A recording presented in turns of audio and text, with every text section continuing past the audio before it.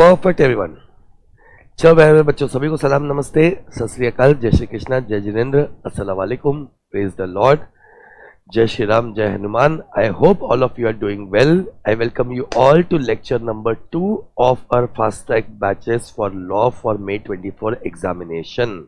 प्यारे प्यारे बच्चों, हम लोगों ने स्टार्ट किया है ये फास्ट ट्रैक बैच 22 ऑफ जनवरी से, एंड ठीक है, we are bound to complete it by 22 of March. यानी 2 महीने का ये फास्ट ट्रैक होगा, जिसमें एक लेक्चर ऑलरेडी हो चुका है, जो ठीक है क्लासेस के भी रिस्पेक्टिव ऐप में अपलोड हो चुका है, एंड साथ साथ यूट्यूब पे भी अपलोड हो चुका है। स्टूडेंट्स के मन में कॉन्स्टेंट डाउट होता है कि सर यूट्यूब पे कितने सेशंस आप लेने वाले हैं, तो ऐसे 8-10 सेशंस मैं यूट्यूब पे भी अपलोड करने वाला हूँ। बाकी फिर उसके बेसिस पे आप डिसाइड कर सकते हो। अगर आपको बैचेस ज्वाइन करना है तो यू कैन सी ठीक है नंबर दिया हुआ है, जिससे आप लोग ज्वाइन कर सकते हो। ओके एवरीवन, हर क्लास की तरह इस क्लास में पहले हम जो कल हो चुका है वो पूरा रिवाइज करने के बाद फिर आगे बढ़ेंगे और बचे हुए टॉपिक्स को कंप्लीट करेंगे। हमने स्टार्ट किया है फर्स्ट चैप्टर से, इसका नाम है प्रिलिमिनरी, जिसमें बच्चों कितने सेक्शन हम डील कर रहे हैं? सेक्शन नंबर, वेरी गुड, जिसमें हम डील करने वाले हैं गाइस सेक्शन नंबर 1 and 2। तो कल सबसे पहले हम लोगों ने बात किया sir application of the act, companies act 2013 किस पे एप्लीकेबल है। हमने बोला सबसे पहले companies act 2013 applicable to all the companies defined as section 2 clause 20। यानी सेक्शन 2 क्लॉज 20 वाली कंपनी क्या बोलती है? हर एक कंपनी जो 2013 एक्ट के अंदर बनी है या किसी भी प्रीवियस कंपनी लॉ के अंदर बनी है, those are companies defined as section 2 clause 20। Obviously बात है, इस कंपनी के अंदर क्या नहीं आता? फॉरेन कंपनीज नहीं आती, कंपनी आउटसाइड इंडिया नहीं आती। तो हर वो कंपनी जो कि इंडिया के किसी न किसी कंपनी एक्ट के अंदर बनी है, उस पर तो कंपनी एक्ट 2013 एप्लीकेबल है, बट साथ साथ insurance company, banking company, electricity company, statutory company and बाकी बॉडी कॉर्पोरेट्स पे भी ये एक्ट एप्लीकेबल होगा, जहां जहां उनका एक्ट साइलेंट या इनकंसिस्टेंट है। यस, इसी के साथ साथ हमने और देखा definition of body corporate. Sir वैसे तो डेफिनेशन इंक्लूसिव है, ये बोलता है body corporate includes company incorporated outside India, पर इससे हमको नहीं समझा कि बॉडी कॉर्पोरेट क्या होता है। तो हमने बोला कोई भी सेपरेट कोई भी एसोसिएशन जो आर्टिफिशियल एसोसिएशन है, but which is a separate legal entity and which has perpetual succession, ये होगी body corporate. Is it clear? Body corporate की डेफिनेशन के अंदर इंक्लूड होता है सारे companies. It also includes company incorporated outside India, LLP and other statutory companies. But sir इसमें क्या इंक्लूड नहीं होता है? ये पॉइंट को आपको ध्यान रखना है। ओके, फिर भी मूल टाइप्स ऑफ कंपनी हमने बोला सर इंडिया में आप 2 ही टाइप की कंपनी फॉर्म कर सकते हो, number 1 private company, number 2 public company. Private company section 2 clause and public company section 2 clause 71। Sir private company और पब्लिक कंपनी का एक बात ध्यान रखना बच्चों, गवर्नमेंट और नॉन गवर्नमेंट से कोई लेना देना नहीं है। ऐसा नहीं कि पब्लिक कंपनी है तो गवर्नमेंट है और प्राइवेट कंपनी है तो प्राइवेट है, ऐसा नहीं है। ठीक है, इसका गवर्नमेंट और नॉन गवर्नमेंट से कोई लेना देना नहीं है। Even a government company can be private और पब्लिक। तो दोनों के बीच में डिफरेंस क्या है? दोनों के बीच में डिफरेंस ये है कि प्राइवेट कंपनी में वो 4 रेस्ट्रिक्शन है जो पब्लिक कंपनी में नहीं है। प्राइवेट कंपनी पब्लिक को सिक्योरिटी इशू नहीं कर सकती, यानी पब्लिक ऑफर नहीं कर सकती, प्राइवेट प्लेसमेंट कर सकती है। पब्लिक से डिपॉजिट एक्सेप्ट नहीं कर सकते, यानी अब सिर्फ मेंबर से ही डिपॉजिट एक्सेप्ट कर सकती है। ट्रांसफर ऑफ शेयर्स को लेकर भी रेस्ट्रिक्शन है कि बाहर वालों को देना है तो बोर्ड ऑफ डायरेक्टर से पूछना पड़ेगा। एंड मैक्सिमम मेंबरशिप पे भी लिमिट है। लिमिट कितना है गाइस? अगर प्राइवेट कंपनी में 200 के ऊपर मेंबर बन गए तो it has to convert itself into a public company, और आपने कन्वर्ट नहीं भी किया तो you will be deemed to be public company. Okay everyone, but sir ये 200 की कैलकुलेशन अलग है। ये 200 की कैलकुलेशन में past and present employ members को हम काउंट नहीं करते, and joint holders of single shares are counted as 1। Is it clear? फिर हमने बात की पब्लिक कंपनी वो है जो प्राइवेट कंपनी नहीं है, बट यहां पे एक स्पेशल पॉइंट देखा कि any private company which becomes subsidiary of public company is deemed to be public company. Okay, इस पॉइंट का भी आपको ध्यान रखना है। फिर उससे हम मूव किए एक बहुत important type of company, that is 1 person company. Sir 1 person company कोई तीसरी टाइप की कंपनी नहीं है, it is a type of private company only. But ऐसी प्राइवेट कंपनी जहां कितने मेंबर्स है बच्चों? जहां कितने मेंबर्स है? 1 मेंबर है। Is it clear? ओपीसी के नाम के आगे आपको या तो 1% कंपनी लगाना पड़ेगा या ओपीसी लगाना पड़ेगा। सर यहाँ नॉमिनी अपॉइंट करना कंपल्सरी है। सर ओपीसी के मेमोरेंडम में 7 क्लॉजेस होते हैं। 7th clause is nominee clause, या इसे ही हम लोग बोलते हैं एसोसिएशन क्लॉज। ओके सर, इस ओपीसी का मेंबर बनने के लिए, इस ओपीसी का नॉमिनी बनने के लिए, नंबर 1 आपने नेचुरल पर्सन होना चाहिए, इंडियन सिटीजन होना चाहिए, बट इंडियन रेसिडेंट होना जरूरी नहीं है। इंडियन रेसिडेंट भी हुआ तो चलेगा, नॉन रेसिडेंट भी चलेगा, बट नेचुरल पर्सन होना चाहिए, इंडियन सिटीजन होना चाहिए। वैसे कंपनीज एक्ट में रेसिडेंट आप कब बनते हो? जब पिछले फाइनेंशियल ईयर में, ठीक है, कम से कम 120 डेज आपने इंडिया में रहा है। यस, बाकी एक बंदा एक ओपीसी का मेंबर होगा, एक ओपीसी का नॉमिनी होगा, बट क्या एक ओपीसी का मेंबर एक ओपीसी का नॉमिनी चलेगा? चलेगा, ठीक है, बट एक ही दिक्कत है, जहां तुम नॉमिनी हो अगर तुम्हारा मेंबर मर जाए तो तुम तो 2 ओपीसी के मेंबर बन जाएंगे। तो ऐसे केस में आपको 180 डेज के अंदर चूज करना पड़ेगा कि दोनों में से कौन सा कंटिन्यू करना है। बाकी अपना टिल्लू, अपना छोटू ना तो ओपीसी में माइनर बन सकता, मेंबर बन सकता है, ना नॉमिनी बन सकता है। ओपीसी गाइस जब चाहे तब कन्वर्ट कर सकती है into another type of company except section 8 company, ठीक है। बाकी ठीक है, नॉमिनी जब चाहो विड्रॉ कर सकता है। उसे विड्रॉ करने के लिए नोटिस इन राइटिंग देना पड़ेगा। कितने लोगों को? 2, एक मेंबर को और एक ओपीसी को। जब भी नॉमिनी चेंज करना है तो मेंबर, ठीक है, नया नॉमिनी अपॉइंट करके, ठीक है, ओपीसी को इन्फॉर्म करता है with in form number INC 3। जब भी ओपीसी को ऐसा मिलेगा, ओपीसी उसके 30 दिन के अंदर INC 4 के अंदर आरओसी को नया नॉमिनी भेज देगा, अलॉन्ग विद INC 3 भी भेजता है वो। ओके एवरीवन, फिर बात करते हैं छोटू company, small company, section 2 clause.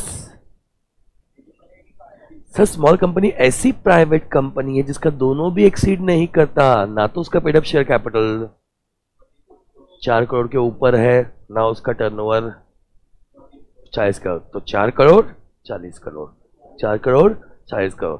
Sir 4 crore और 40 करोड़ तक चलेगा, उसके ऊपर एक्सीड नहीं होना चाहिए और दोनों भी एक्सीड नहीं होना चाहिए। बाकी कंपनीज जो यहाँ पे मेंशन है, भले ही वो, ठीक है, भले ही उसका turnover paid up capital limit cross होती है, बट अगर वो पब्लिक कंपनी है या किसी कंपनी की होल्डिंग या सब्सिडियरी कंपनी है या सेक्शन 8 कंपनी है या बॉडी कॉर्पोरेट है, वो स्मॉल कंपनी नहीं कहलाया जाएगा। ओके। फिर इसके बाद देखा हम अपन लोगों ने लिस्टेड कंपनी और अनलिस्टेड कंपनी। सर पुरानी डेफिनेशन हुआ करती थी कि लिस्टेड कंपनी वो है जिसके सिक्योरिटीज कोई ना कोई स्टॉक एक्सचेंज में लिस्टेड है, बट गाइस सिक्योरिटी वर्ड में फिर इक्विटी शेयर्स, प्रेफरेंशियल शेयर्स और डेट सिक्योरिटीज भी आता था। डिबेंचर्स को डेट सिक्योरिटीज बोलते हैं। ओके गाइस, ठीक है, डेट सिक्योरिटीज भी आ सकता था। दिलीप ने क्वेश्चन पूछा, ओपीसी को प्राइवेट कंपनी में कन्वर्ट करने के बाद सेक्शन 8 कंपनी कन्वर्ट करते हैं? यस, क्योंकि जिस समय आप सेक्शन 8 कंपनी कन्वर्ट कर रहे हैं फिर वो प्राइवेट कंपनी है, डायरेक्ट नहीं कर सकते, आप बदला के करो, उससे कोई हमें दिक्कत नहीं है। ओके एवरीवन, ठीक है।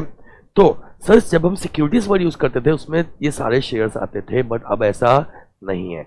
बेसिक लॉजिक बहुत सिंपल है, अगर आपके इक्विटी शेयर्स लिस्टेड नहीं है तो आप लिस्टेड कंपनी नहीं हो। ओके, अगर आपके इक्विटी शेयर्स लिस्टेड नहीं है, आप लिस्टेड कंपनी नहीं हो। तो भाई पब्लिक कंपनी, अगर तेरे नॉन कन्वर्टेबल डेट सिक्योरिटीज भी लिस्टेड है या तेरे नॉन कन्वर्टेबल प्रेफरेंस शेयर्स भी लिस्टेड है तो लिस्टेड कंपनी नहीं है। और तेरे शेयर्स अगर इक्विटी शेयर्स अगर इंडिया के बाहर भी लिस्टेड है तो लिस्टेड कंपनी नहीं है। प्राइवेट कंपनी तो सिर्फ non convertible debt securities list हो सकते हैं, अगर वो हो भी जाते हैं तो वो लिस्टेड कंपनी नहीं है। यानी बेसिक लॉजिक की बात करें तो प्राइवेट कंपनी को तो कोई ऑप्शन बचा ही नहीं, वो तो हमेशा किसमें क्या आएगी, हमेशा अनलिस्टेड हो गया। और पब्लिक कंपनी लिस्टेड कब कहना जाएगी? जब उसके इक्विटी शेयर्स लिस्टेड है, वो भी इंडिया के अंदर। समझा क्या गाइस? तो यहां तक हमने कल के क्लास में कंप्लीट किया था। अब आगे बढ़ते हैं और मूव करते हैं on the basis of control. On the basis of control जो 2 क्लासिफिकेशन है गाइस हमारे पास, एक है होल्डिंग सब्सिडियरी कंपनी और एक है गाइस एसोसिएट कंपनी। सर हम टाइप्स ऑफ कंपनी के अंदर होल्डिंग सब्सिडरी कंपनी पढ़ रहे हैं या एसोसिएट कंपनी पढ़ रहे हैं, राइट? तो क्या होल्डिंग कंपनी को नई टाइप की कंपनी है? Private public holding. क्या सब्सिडरी कंपनी को नई टाइप की कंपनी है? Private public OPC subsidiary. तो फिर ये क्या है? याद रखना गाइस, ठीक है? Holding subsidiary company, associate company is not a different type of company, it is a relation between two company. यानी कोई भी दो कंपनी या एक दूसरे की होल्डिंग सब्सिडरी होगी, या एक दूसरे की एसोसिएट कंपनी होगी, या एक दूसरे की कुछ भी नहीं होंगी। क्या हर बार रिलेशन जरूरी है? ठीक है, आप और मैं, हमारे बीच में रिलेशन जरूरी है क्या? या हम एक दूसरे के भाई बहन होंगे, या एक दूसरे के, ठीक है, पेरेंट्स सन होंगे, एक दूसरे के फ्रेंड होंगे, या कुछ नहीं होंगे? क्या मैं सही बोल रहा हूं? गायना देखो, क्या मैं सही बोल रहा हूं? ठीक है, तो वैसे ही सेम कहानी किसकी है? On the basis of control. ये बताता है relationship between two companies. Okay, बताता है guys relationship between two companies. Done guys, शुरू करें? तो ठीक है, अगर दो कंपनी के बीच में रिलेशनशिप है होल्डिंग और सब्सिडरी का, होल्डिंग और सब्सिडरी का, याद रखना, मतलब होल्डिंग कंपनी सब्सिडरी कंपनी क्या कर सकती है? कंट्रोल कर सकती है। Is it clear? Holding company subsidiary company को क्या कर सकती है? कंट्रोल कर सकती है, और सब्सिडरी कंपनी होल्डिंग कंपनी से कंट्रोल हो सकती है। Okay done everyone? ठीक है, कंट्रोल कर सकती है मतलब क्या?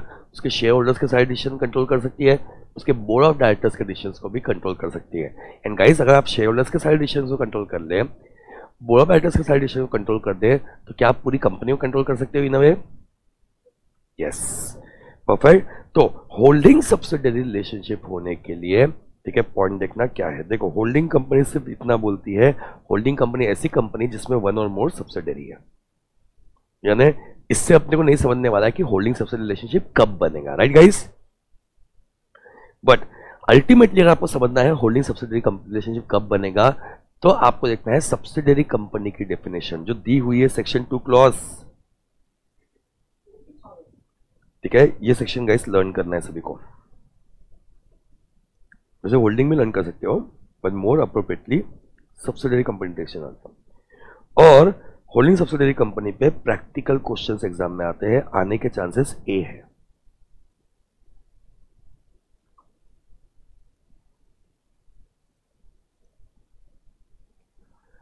तो होल्डिंग सब्सिडरी बनने के लिए गाइस कितनी कंडीशंस है? 3। कितनी कंडीशंस है गाइस? 3।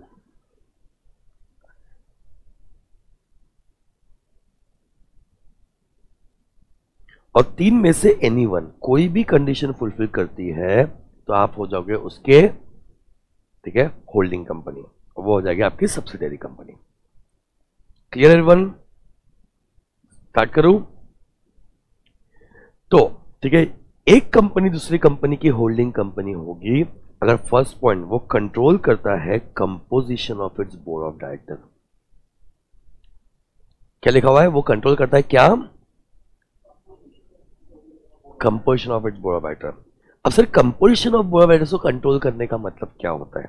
देखो नीचे बहुत क्लियरली दिया हुआ है, अगर आप उस कंपनी में, ठीक है, अपॉइंट या रिमूव कर सकते हैं, दिख रहा है सभी को नीचे? अगर आप उस कंपनी में अपॉइंट या रिमूव कर सकते हैं कितने? ऑल और मेजॉरिटी ऑफ डायरेक्टर्स। ओके, अगर आपके पास इतना डिसीजन मेकिंग है कि आप उस कंपनी के या तो सारे या मेजॉरिटी ऑफ डायरेक्टर्स को क्या कर सकते हैं गाइस? यही प्लान किया था हमने कल, ये प्रॉमिस किया था साथ में बोलेंगे, ठीक है, लाइव रहेंगे साथ में। हेलो, क्या कर सकते हैं? अपॉइंट या रिमूव कर सकते हैं। ठीक है, तो अगर आपके पास वो पावर दिया हुआ है, मतलब आप उस कंपनी के बोर्ड ऑफ डायरेक्टर्स का कंपोजिशन डिसाइड कर सकते हैं। वापस से मेरे सेंटेंस पे ध्यान देना सभी लोग, अगर आप उस कंपनी के सारे या मेजॉरिटी ऑफ डायरेक्टर्स को अपॉइंट या रिमूव कर सकते हैं, मतलब आप उस कंपनी के बोर्ड ऑफ डायरेक्टर्स का कंपोजिशन डिसाइड कर सकते हैं, कंट्रोल कर सकते हैं, मतलब आप उस कंपनी के क्या हो गए? होल्डिंग कंपनी हो गए। ये हो गया एक ऑप्शन। दूसरा ऑप्शन है जो सबसे ज्यादा इंपॉर्टेंट है, वो ये है कि अगर आप उस कंपनी के टोटल वोटिंग पावर्स, उस कंपनी जितना भी वोटिंग पावर्स है गाइस, उसके टोटल वोटिंग पावर्स का कितना कंट्रोल कर सकते हो, बोलो मेरे साथ में, मोर देन हाफ। कुछ कॉमन मिस्टेक्स जो ठीक करना चाहूंगा, कॉमन मिस्टेक्स जो मैं ठीक करना चाहूंगा, ठीक है, ये 51% नहीं है, ये क्या है, मोर देन हाफ। तो कई स्टूडेंट्स 51 लिखते, भाई 51 नहीं, आधे से ज्यादा। यानी वहां पे अगर 4 लाख शेयर है हैविंग वोटिंग पावर्स, तो आपका कितने होना चाहिए, 2 लाख से ज्यादा, ठीक है। और यहाँ पे ना कई पेड अप कैपिटल नहीं दिया है, यहाँ पे क्या दिया हुआ है, वोटिंग पावर। अब उसमें ऑब्वियसली बात है, अगर डिफरेंशियल वोटिंग राइट्स वाले भी शेयर्स है तो उनके वोटिंग राइट्स को इक्विवेलेंट में कैलकुलेट किया जाएगा, राइट। जैसे for example 40 share equity shares है जिससे वोटिंग राइट्स है, हेलो गाइस, और 80,000 डिफरेंशियल वोटिंग राइट शेयर्स है जिसमें एग्जांपल दे रहा हूं 50% वोटिंग है। तो 80,000 पे 50% वोटिंग है, मतलब इक्विवेलेंट कितना हो गया, यानी टोटल मिला के 80,000 वोटिंग पावर्स वाले शेयर्स होंगे, राइट। इसमें से आपको कितना होल्ड करना है, मतलब मोर देन 40,000। समझेगा सभी को गाइस, ठीक है। उस कंपनी जितने टोटल वोटिंग राइट्स है उसमें से हमारे पास कितने होने चाहिए, मोर देन हाफ। इसमें सेकंड पॉइंट इंपॉर्टेंट है, या तो ये मोर देन हाफ गाइस आप खुद से होल्ड कर सकते हो, दिख रहा है, जिससे मैं आपको एग्जांपल देता हूं इसी को समझाते हुए साथ साथ, ठीक है। क्या वाई लिमिटेड का अपने को होल्डिंग बनना है, राइट, तो अपन एक्स के एंगल से बात कर रहे हैं, या तो एक्स खुद से होल्ड कर दे, कितना, मोर देन हाफ, तो भी एक्स वाई का होल्डिंग होगा, एम आई क्लियर। यह सेकंड पॉइंट दिया हुआ है, टुगेदर विथ इट्स सब्सिडरीज, यानी अगर एक्स अकेला होल्ड नहीं करता बट एक्स अपने सब्सिडरी जेड के साथ में होल्ड करता है मिला के, कितना, मोर देन हाफ, तभी भी होल्डिंग कौन होगा, जेड होगा कि एक्स ही होगा, एक्स ही होगा। या फिर एक्स होल्ड करता ही नहीं बट एक्स की दो सब्सिडरी जेड और ए मिला के होल्ड कर रहे हैं, कितना, 50% से ज्यादा, फिर भी एक्स होल्डिंग होगा। पॉइंट बहुत सिंपल है, मैं उस कंपनी का होल्डिंग कब होगा, या तो मैं खुद होल्ड करता हूं more than half of voting rights, ठीक है, या मैं अपने सब्सिडरी के साथ मिलके होल्ड करता हूं more than half of voting rights, hello hello hello, या मैं होल्ड करता ही नहीं, कौन होल्ड कर रहा है, मेरी सब्सिडरीज। भाई मेरी सब्सिडरीज होल्ड कर दी मतलब इनडायरेक्टली मैं ही तो होल्ड कर रहा हूं, ओके। तो यह हो गया आपका सेकंड कंडीशन। यस दिलीप बोलो बेटा।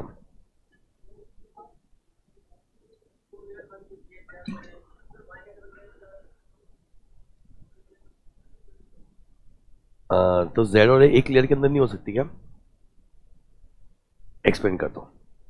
जेड और ए एक लेयर के अंदर हो सकते हैं ना बेटा, इसने बोला कि 2 लेयर बन गई जेड और ए, तो कैसे होगा जबकि मैक्सिमम 2 लेयर अलाउड है, ठीक है। मैं आपको एक्सप्लेन करता हूं, जेड और ए बेटा एक लेयर के अंदर भी तो हो सकती है ना, एक्सप्लेन करता हूं, नॉट टू वरी, आपका ये पॉइंट सॉर्ट हो जाएगा। क्लियर गाइस, यहां समझा आपको सभी को, ठीक है। तो फर्स्ट कंडीशन क्या है, अगर ये कंपनी उस कंपनी के बोर्ड ऑफ डायरेक्टर्स का, ठीक है, नंबर 1। नंबर टू, या तो ये कंपनी उस कंपनी के more than half of total voting powers को होल्ड करती है, या तो खुद से। मैं अपने जूम के क्लास में नॉर्मली मैसेजेस नहीं पढ़ता हूँ, ये जो चैट दिख रहा है ना वो नहीं पढ़ता, बिकॉज मैं जूम पे क्लास ले रहा हूँ, तो मैं ऑलरेडी आप लोग को बोलने का ऑप्शन दे रहा हूँ, आप हैंडल्स करो बोलो, ठीक है। या तो खुद से, या तो अपने सब्सिडीज मिलके, या तो through it's subsidiaries, okay everyone, ठीक है। थर्ड ऑप्शन आता है chain action. Sir chain action क्या बोलता है, चेन एक्शन बोलता है गाइस, अगर सी बी की सब्सिडरी है, ओके, और बी ए की सब्सिडरी है, तो ऑटोमेटिकली सी ए की सब्सिडरी है, X is equal to Y and Y is equal to Z, तो automatically Z is equal to A. I hope you are getting my point, ठीक है। तो अगर सी बी की सब्सिडरी और बी ए की सब्सिडरी है तो ऑटोमेटिकली, ठीक है, ए की सब्सिडरी सी सब की सब्सिडरी हो जाएगी ए की। क्या ये पॉइंट सबको समझा, इसे बोलते हैं चेन एक्शन, और चेन एक्शन की ही बात निकली है। और अभी एक डाउट आया है तो उस डाउट को भी मैं एकदम अच्छे से क्लियर कर देता हूं। आजकल जो नया रूल्स है उसके हिसाब से आप मैक्सिमम कितने लेयर्स ऑफ सब्सिडरी रख सकते हैं गाइस? तो कई बच्चों को समझता ही नहीं कि लेयर कैसे कैलकुलेट करते हैं।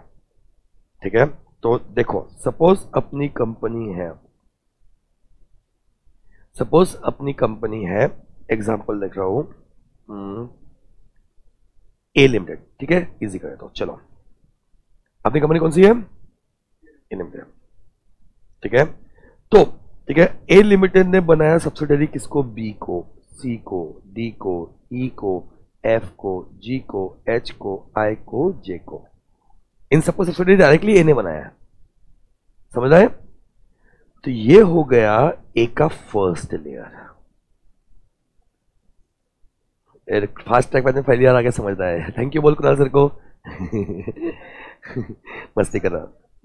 तो ये हो गया आपका फर्स्ट लेयर, यानी जिन को आपने सब्सिडरी बनाया है डायरेक्टली वो हो गया आपके फर्स्ट लेयर में, राइट? और इन सब्सिडरीज की जितनी भी सब्सिडरी होगी, किसी की 1 होगी, किसी की 5 होगी, किसी की 25 होगी, किसी की 2 होगी, किसी की नहीं होगी। ठीक है, इनकी जितनी भी सब्सिडरी होंगी ये हो जाएंगी सेकेंड लेयर। एग्जैक्टली। ओके बच्चों, K L M N O P Q R S T U V W X Y Z. ठीक है, मुन्नू चुन्नू रमेश सुरेश दिनेश हिमेश। समझा मैं क्या बोल रहा हूं? तो मेरी जितनी सब्सिडरी है वो मेरी फर्स्ट लेयर है, मेरी सब्सिडरी की जितनी सब्सिडरी है वो मेरी सेकंड लेयर है। ओके, बट मेरी सब्सिडरी की कोई सब्सिडरी क्या हो जाएगी? थर्ड लेयर हो जाएगी। ओके एवरीवन, क्या हो जाएगा? थर्ड लेयर हो जाएगी। और इंडिया में थर्ड लेयर अलाउड नहीं है। डन। इसके कुछ एक्सेप्शंस है, ठीक है, वो भी मैं बताता हूं आपको। इसके कुछ एक्सेप्शंस है। एक्सेप्शन क्या है कि अगर आप किसी लेयर में, सपोज आपके ये वाला लेयर दिख रहा है, सी वाला दिख रहा है आपको, इसमें 100% सब्सिडरी है आपकी। इस 100% सब्सिडरी क्या होता है? एक्चुअली बोलने को होली ओन बोलते हैं, हर बार होली ओन नहीं होता, 99% पॉइंट सम परसेंटेज होता है। क्यों? अगर वो प्राइवेट कंपनी उसमें 2 शेयर होल्डर्स तो होंगे ना, तो अपन अकेले कैसे 100% होल्ड करेंगे उसमें शेयर्स? Practically making sense? अगर पब्लिक कंपनी में तो 7 शेयर होल्डर्स तो होंगे, तो तुमने अकेले कैसे 100% होल्ड कर दिया शेयर्स उसमें? बाकी जो 6 भी तो है। तो 100% सब्सिडी बोलने की बात है, इट मीन्स कि हाँ 99% और पॉइंट समथिंग। ओके एवरीवन, तो अगर आपके किसी लेयर में कोई होली ओन सब्सिडरी तो आप उसको काउंट नहीं करते। तो उसके केस में ये जो पी हो जाएगा, दिख रहा है सी का पी, ये पी हो जाएगा उसका फर्स्ट लेयर, समझा? और पी के नीचे जो भी होगा वो हो जाएगा उसका सेकेंड लेयर। ठीक है, तो फर्स्ट एक्सेप्शन है कि भाई अगर आपकी 100% सब्सिडरी है कोई, तो वो लेयर को हम लोग काउंट नहीं करते। Make sense everyone? ठीक है, सेकेंड इंपॉर्टेंट प्रोविजन यहां पे ये आ जाता है कि अगर इनमें से किसी लेयर में, सपोज ठीक है आप बात करते हैं जे, ठीक है, J stands for Jennifer limited. Okay, Jennifer limited तो है जो है गाइस, ठीक है, ये है company incorporated outside India. Suppose ये है इंग्लैंड की कंपनी। अब गाइस इंग्लैंड के लॉ में, ठीक है, उनके कितने भी हो तो उन्हें कोई दिक्कत नहीं है। जब इंग्लैंड के लॉ में उनके कितने भी हो तो उससे कोई दिक्कत नहीं है। ऐसे केस में अगर आपको उसे सब्सिडरी बनाना है, आपको उसे अपने बनाना है, तो क्या कोई दिक्कत होनी चाहिए? जब उनका लॉ बोलता है कि भाई जेनिफर कितने भी चलेंगे, मैं समझ रहा ना मैं क्या बोल रहा हूं? ठीक है, तो ऐसे केस में अपन भी जेनिफर को अपना बना रहे तो उसमें कोई दिक्कत नहीं होनी चाहिए। समझा क्या? Hello everyone. ठीक है, सेकेंड लॉ बोलता है कि अगर आपके सब्सिडरी में कोई सब्सिडरी है कंपनी इनकॉर्पोरेटेड आउटसाइड इंडिया, तो ऐसे केस में कोई दिक्कत नहीं है। ओके एवरीवन, तो देखो company shall not have more than 2 layers of subsidiary, ये क्लियर हो गया? ठीक है, इसके कुछ एक्सेप्शन है, कुछ आपको पता रहता है, कुछ बताता हूं। However, this position is not applicable to banking company, registered NBFC, government company, insurance company. Okay. तो भाई बैंकिंग कंपनी पे रूल अप्लीकेबल नहीं है। NBFC non banking financial company, जो बैंकिंग नहीं करती पर फाइनेंशियल कंपनी है। ये देखो बहुत इंपॉर्टेंट पॉइंट, गवर्नमेंट कंपनी पे ये रूल अप्लीकेबल नहीं है। ओके, और इंश्योरेंस कंपनी पे रूल अप्लीकेबल नहीं है। वैसे इंश्योरेंस कंपनी डायरेक्टली अपने अंदर कवर नहीं होती है। नंबर 2, अगर आपकी कंपनी इनकॉर्पोरेटेड आउटसाइड इंडिया, जैसे हम क्या बोलते हैं फॉरेन चेन, तो उसमें कितना भी कोई टेंशन नहीं है। थर्ड पॉइंट, 100% सब्सिडरी में कोई टेंशन नहीं है। क्या ये पॉइंट क्लियर है बच्चा पार्टी? खास बात जो उन्होंने दिया और जो बहुत इंपॉर्टेंट थी, ठीक है, वो थी, और ये बहुत इंटरेस्टिंग पॉइंट भी है यहाँ पे कंपनी इंक्लूड्स बॉडी कॉर्पोरेट। देखो normally body corporate include company होता है, राइट एवरीवन, ठीक है, बट उन्होंने क्या कर दिया, गलती से डेफिनेशन में कंपनी वर्ड यूज कर दिया। दिख रहा है आपको ऊपर? अगर कंपनी वर्ड यूज कर दिया, इसका मतलब तो सारी कंपनी से जो इनकॉर्पोरेटेड इन इंडिया है, हेलो, यानी कोई बाहर वाली कंपनी इंडिया की कंपनी को तो अपना सब्सिडरी बना ही नहीं पाएंगी। तो फिर हिंदुस्तान यूनिलीवर लिमिटेड कैसे सब्सिडरी हो गया यूनिलीवर लिमिटेड का? समझा मैं क्या बोल रहा हूँ गाइस? फिर उनको भाई डेफिनेशन को ठीक करना पड़ा। नहीं नहीं नहीं, नहीं भाई, ठीक है, एक काम करो, ठीक है, यहाँ पे जो कंपनी वर्ड लिखा है उसमें आप मान लेना इट इंक्लूड्स बॉडी कॉर्पोरेट, यानी बाहर वाले भी जो है, ठीक है, इंडिया की किसी कंपनी को अपनी सब्सिडरी बना सकते हैं। एकदम क्रिस्प। क्या ये पॉइंट सभी को समझा अच्छे से? क्या ये पॉइंट सभी को अच्छे से समझा? ठीक है, मैं जो रैंडमली वो बोल रहा है बच्चा, ठीक है, वो रैंडमली मेरे क्लास में चलता है। हैंड रेस करो और बात करो, और अगले बार रैंडमली नहीं बोलना बेटा, क्लास का डेकोरम खराब नहीं करना। सबके डाउट्स क्लियर करो, टेंशन मत लो, सीख ले बैठा हूं। ओके प्रज्ञा बोलो, हैंड्स डाउन करके बोलो।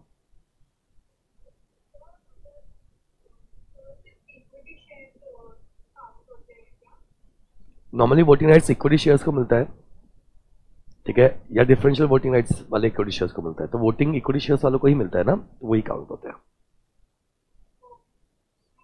No problem. यस दिलीप बोलो। बहुत सिंपल है, अगर आपने किसी चेन में, ठीक है, कोई company incorporated outside India, right, तो उसके कितने भी लेयर्स है फिर कोई प्रॉब्लम नहीं है, क्योंकि उनका लॉ अलाउ करता है, तो फिर हमें कोई दिक्कत नहीं है। ओके, यस संस्कृति बोलो बेटा।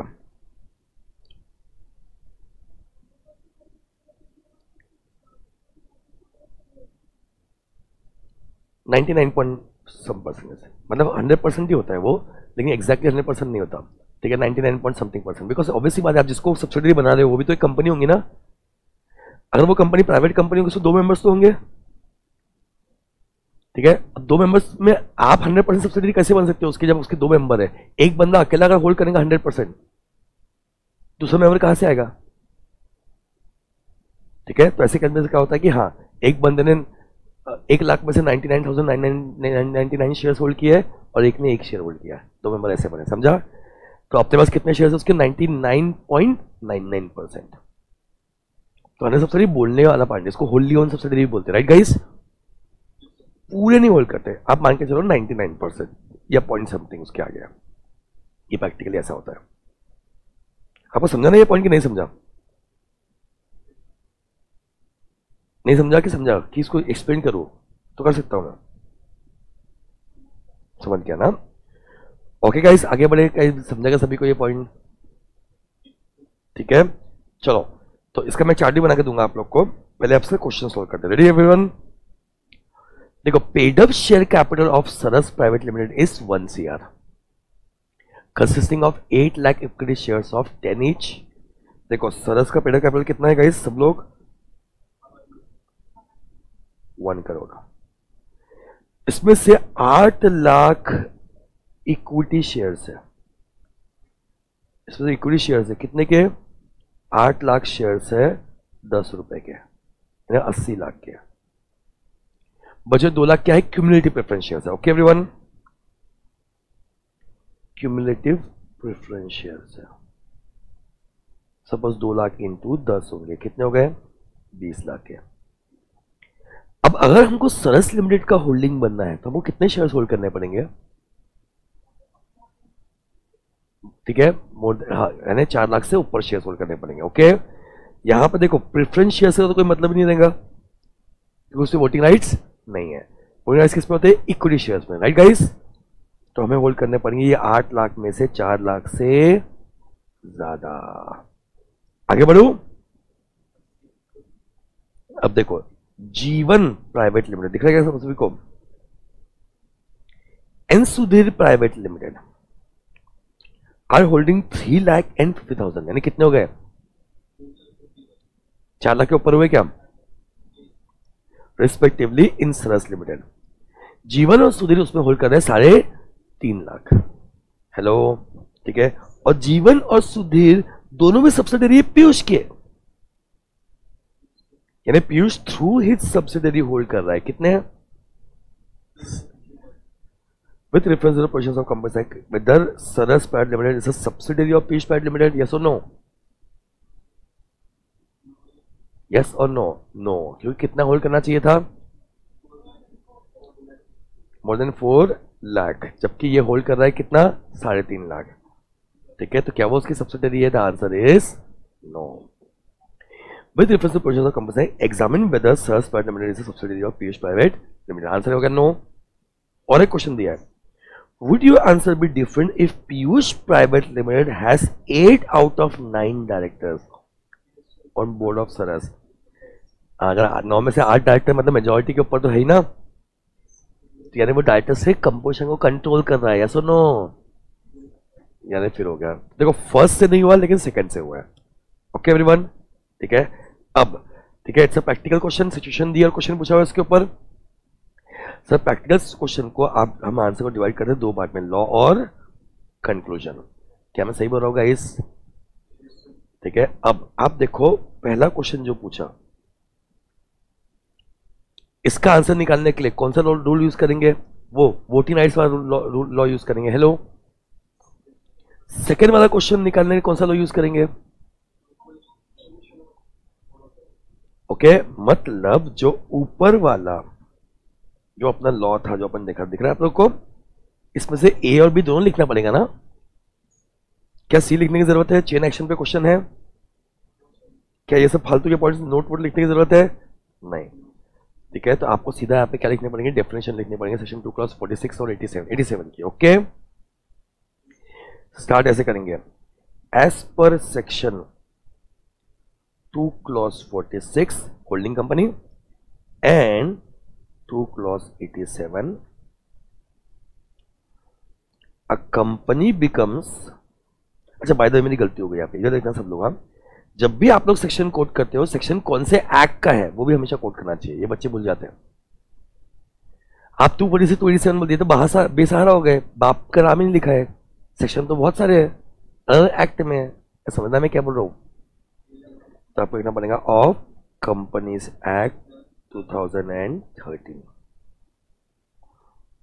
अ company becomes subsidiary of another if। Okay everyone, hint दे रहा हूं, कौन से लॉ लिखने हैं आपको? एक तो वोटिंग राइट्स वाला लॉ लिखना है, और दूसरा तो मैंने आपको क्या सिखाया था कल कि हर वो लॉ जो आंसर निकालने के लिए आप यूज कर रहे हो वो आपको लिखना है किसके अंदर? लॉ के अंदर। क्योंकि ये दोनों एक ही लॉ के अंदर वो था, तो अपने पॉइंट को अलग नहीं किया, वरना मैं लॉ में पॉइंट्स को अलग कर देता हूं। ओके एवरीवन, अब आते हैं किस पे? कंक्लूजन पे।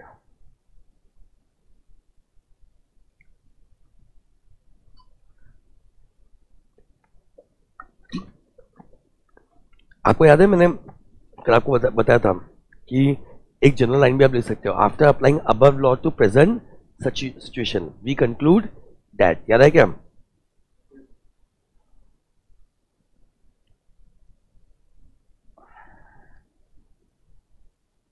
अच्छा by the way, just for your knowledge, I don't know आप लोग को पता है कि नहीं, आप शायद डायरेक्ट एंट्री स्कीम में होंगे तब आपको पता नहीं होगा। दैट इज एग्जाम के सारे पेपर जो है आंसर जो है आपको ब्लैक पेन से लिखना पड़ता है। ओके एवरीवन, मैं किसी पेन से लिखा हो, लेकिन आपको एग्जाम में लिखना पड़ता है ब्लैक पेन से। अभी रिसेंटली मेरे एक स्टूडेंट ने ब्लू पेन से लिख के लाया था। वो स्टूडेंट मेरा नहीं था, यूट्यूब से स्टूडेंट था, बट उसने मुझे मैसेज किया, सर मैंने ब्लू पेन से पूरा पेपर लिखा है, क्या मेरा पेपर चेक होगा? द आंसर इज नो, वो फेल होगा उस पेपर में। ओके, सिर्फ ब्लैक पेन से लिखना है answer. So after applying above law to present situation,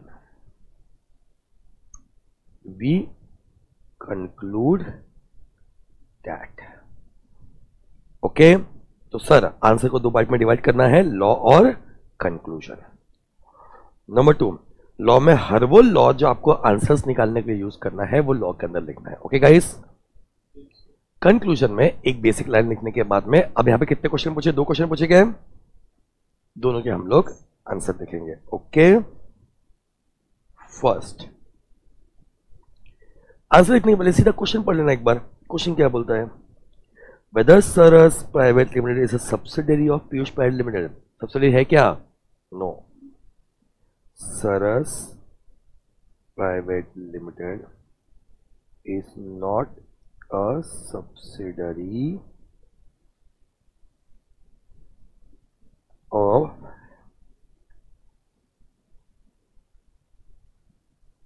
Piyush private limited. Saras private limited is not a subsidiary of Piyush private limited. वो उसकी सब्सिडरी नहीं है। ठीक है, मैं आपको क्या बोला, सिर्फ आंसर नहीं लिखना, फिर आंसर को साथ में रीजन भी लिखना पड़ेगा, right? Because subsidiary of Piyush, कौन कौन सी थी? जीवन और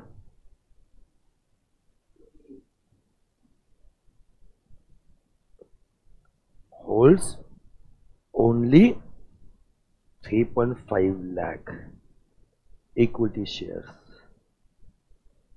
in Saras. However,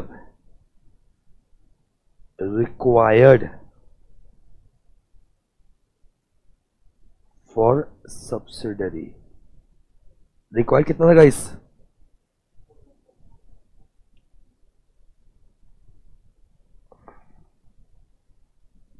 was more than 4 lakh. I hope आप साथ में लिख भी रहे हो,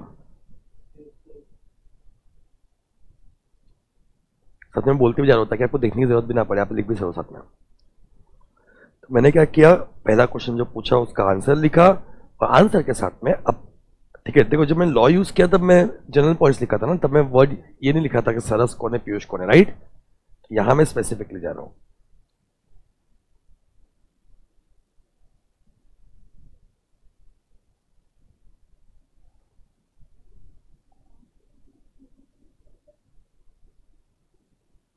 किसके बाद में?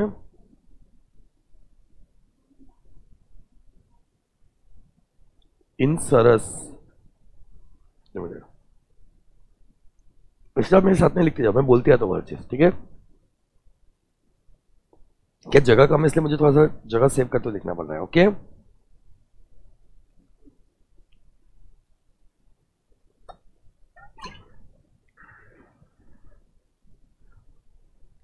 सेकेंड पॉइंट ये लिखा सभी ने, बता दो इसको।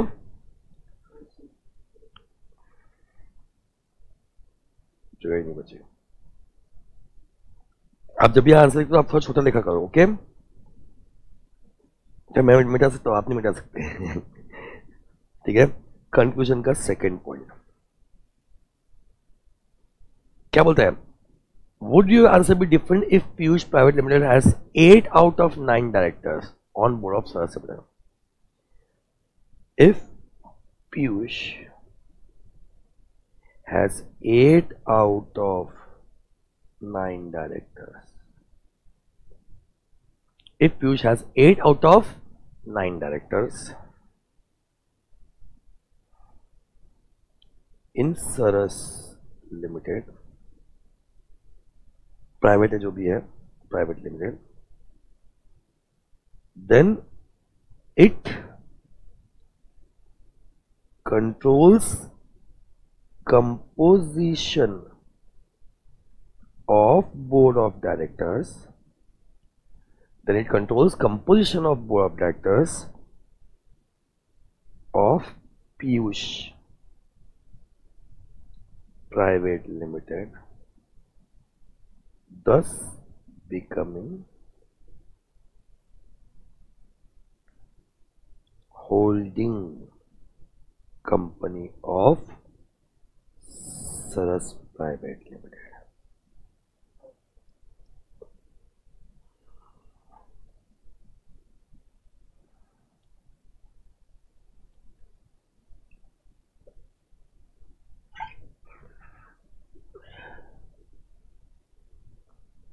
हाँ सेकंड बोलो बेटा।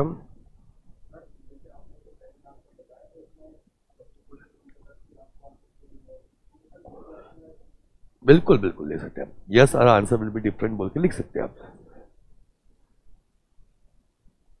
किसी और को क्वेश्चन?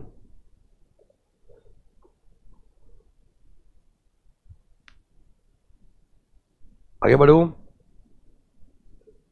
तो आई होप आपको होल्डिंग सब्सिडियरी पे एक मास्टर क्वेश्चन दिया, बाकी क्वेश्चन में सिमिलर टू दिस क्वेश्चन आए हुए हैं। किसी में होल्डिंग होगा, किसी में होल्डिंग नहीं होगा, बट सिमिलर क्वेश्चन आए हुए हैं। ओके, अब आते हैं एसोसिएट कंपनी।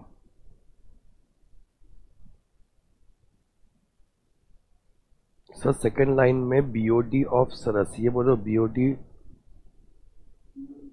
हाँ हाँ सॉरी सॉरी सही है, of Saras private limited. Okay everyone, चलो आगे बढ़ते हैं। नेक्स्ट है एसोसिएट कंपनी। सेशन चेक करना, सेशन कौन सा है ये भी आपको लर्न करना पड़ेगा, इंपॉर्टेंट सेक्शन है। एकदम लेमैन टर्म से बात करूं तो अगर मैं उस कंपनी में होल्ड करता हूं मोर than 50%, hello guys, voting powers, तो मैं उसका हो गया, यानी मैं उसको कंट्रोल कर सकता हूं। अगर मैं उससे 50% से कम होल्ड करता हूं तो क्या मैं उसको कंट्रोल कर सकता हूं? ठीक है, तो हमने बोला अगर मैं उसमें 20 to 50% होल्ड करता हूं, कितना, तो मैं भले उसे कंट्रोल नहीं कर सकता बट उसे सिग्निफिकेंटली इन्फ्लुएंस कर सकता हूं। तो ऐसे केस में मैं उसका नहीं, वो मेरा एसोसिएट कंपनी कहलाएगा।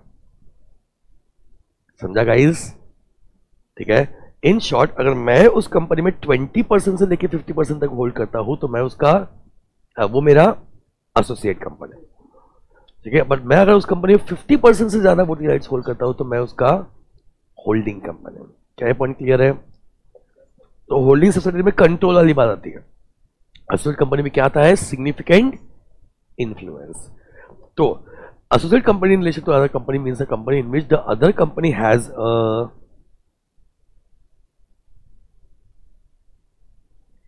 Significant influence but which is not a subsidiary. Clearly बोला है, सिग्निफिकेंट इन्फ्लुएंस है मतलब कितना है, एटलीस्ट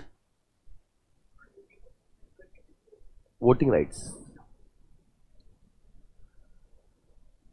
बट आगे लिखा है विच is not a subsidiary, subsidiary भी नहीं है भाई, मतलब not more than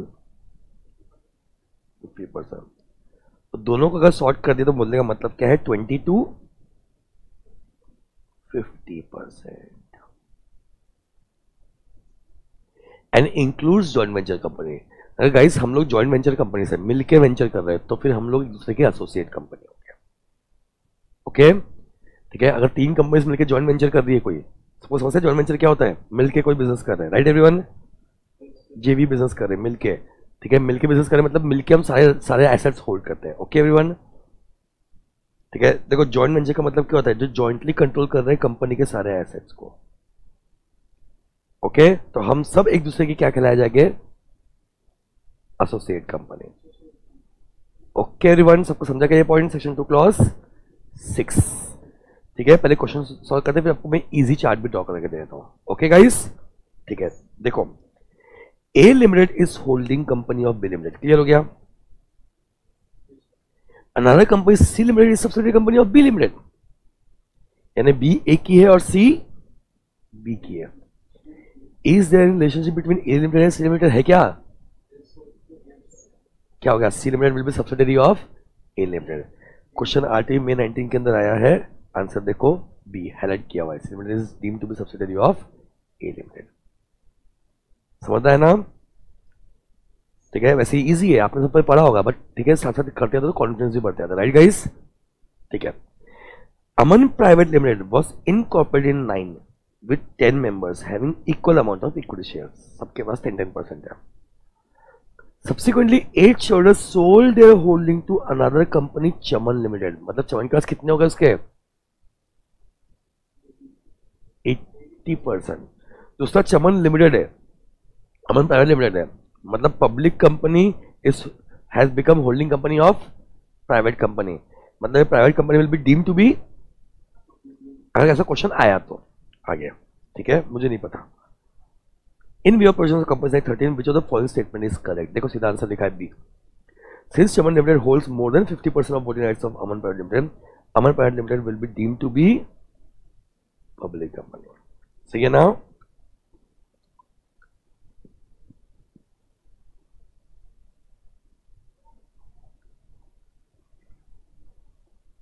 A limited is holding company of B limited, another company is limited is subsidiary company of B limited। Double double question आ गया ना? काट दो।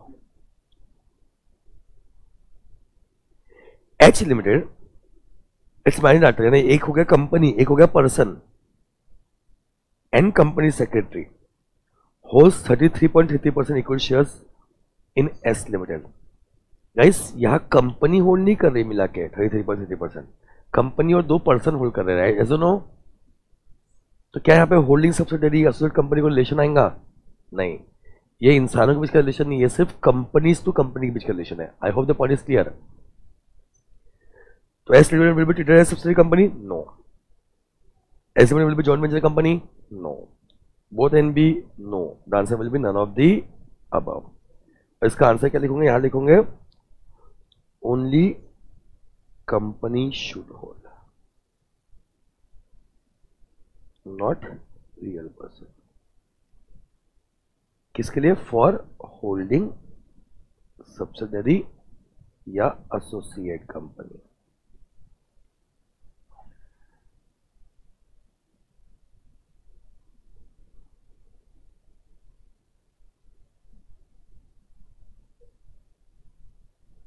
यस शरण पूछो।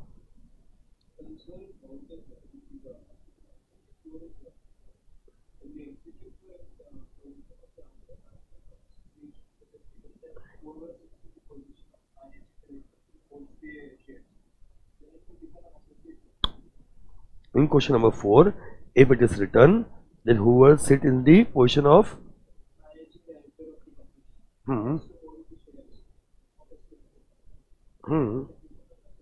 no, because managing director is still a person. Still a person. No. Tharaf S, can you not speak? Tharaf, can you speak?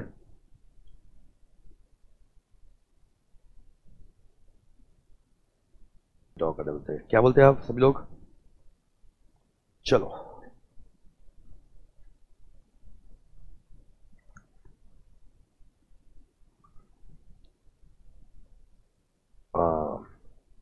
on basis of control,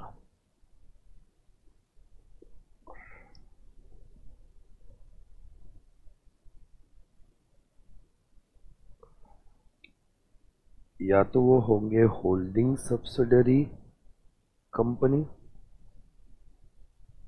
या वो होंगे एक दूसरे के associate company. Holding subsidiary company holding है 2 clause 46, subsidiary 2 clause 87। Associate क्या था? 2 clause 6। Very good.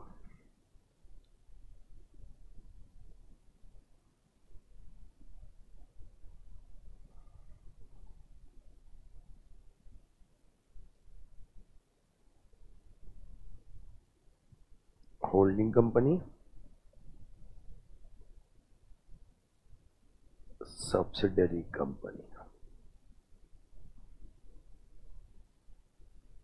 Okay, 3 condition है, यस और नो,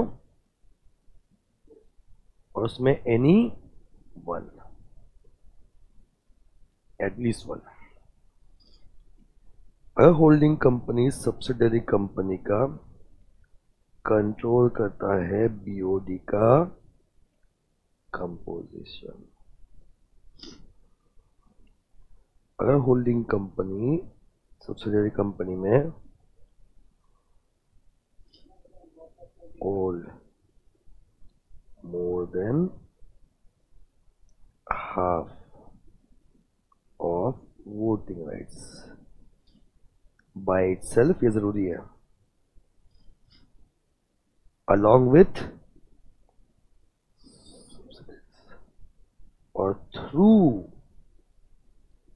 its लैंग्वेज देखना,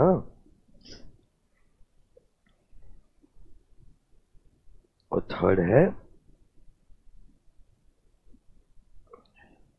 चेन एक्शन।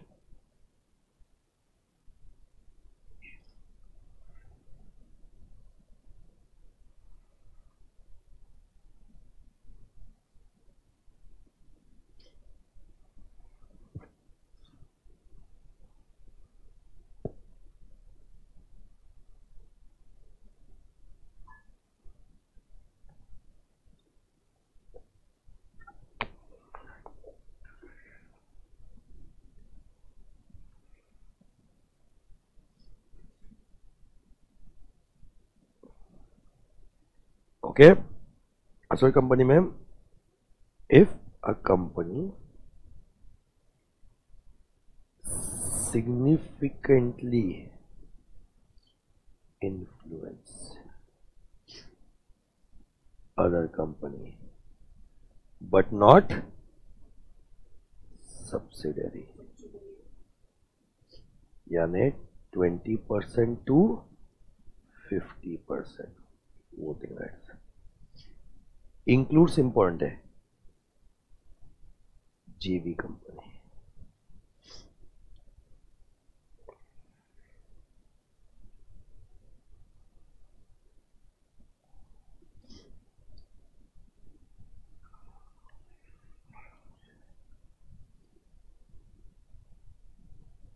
नोट, बीओडी का कंपोजिशन डिसाइड करना मतलब, बीओडी का कंपोजिशन डिसाइड करना मतलब या तो अपॉइंट कर रहे हैं या रिमूव कर रहे हैं, ऑल और majority of board of directors, और majority of board of directors. Second, maximum layer कितनी अलाउड है? 2। इसका एक्सेप्शन में सिर्फ इंपॉर्टेंट पॉइंट लिखा था आपको, okay. Number 1, government company, any layer contain या तो 100% सब्सिडरी या कंपनी इनकॉर्पोरेटेड आउटसाइड इंडिया।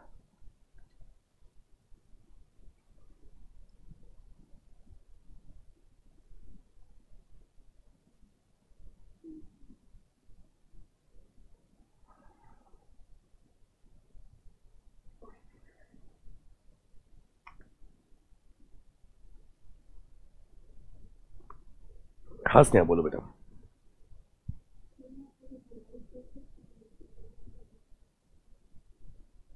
आप साथ में क्यों नहीं लिख रहे हो?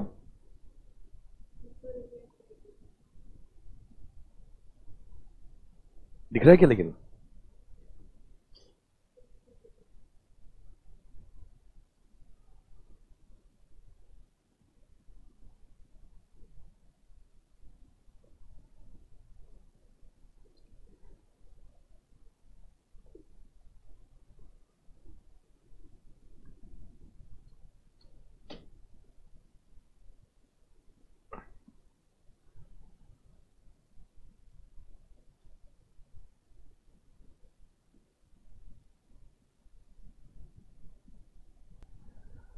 ओके गाइस, आगे बढ़े सभी लोग, चलो ठीक है। तो हम लोग बात कर रहे हैं किसके बारे में? Next company is section 8 company. Okay everyone, next company is section 8। Okay everyone, ठीक है। एमसीक्यू 5 लिख लेते हैं, ठीक है। A limited held equity shares in B limited, later on A limited become subsidiary of B limited. ये actually section 19 का एक क्वेश्चन है, ये भी आपको समझेगा नहीं, ये सेक्शन 19 के अंदर डील होगा। गलती से यहाँ पे आ गया, होल्डिंग सब्सिडरी वाला था ना, ठीक है। तो इसको लिख दो पी, पी मतलब पेंडिंग, वो अपन सॉर्ट कर देंगे कल चैप्टर नंबर 2 होने के बाद में, ये भी आ जाएगा आपका। Okay 6, in order to be associate company in relation to another company, the other company has to acquire at least 20% of voting rights, ये भी सही है, ठीक है। Control the business decision making under agreement, ठीक है, ये भी उसके अंदर आता है गाइस। और जॉइंट अरेंजमेंट ऑफ एसेट्स मतलब ये होगा जॉइंट वेंचर, ये भी इसके अंदर आता है। तो आंसर क्या होगा? Any of the above. Okay, तो इससे मूव कर रहे हैं नेक्स्ट कंपनी की ओर। The company is section 8 company. सभी स्टूडेंट सेक्शन 8 कंपनी को बोलते हैं कंपनी विद चैरिटेबल ऑब्जेक्ट, या इसे ही बोलते हैं company not for profit. Section 8 company, या इसे ही बोलते हैं company not for profit.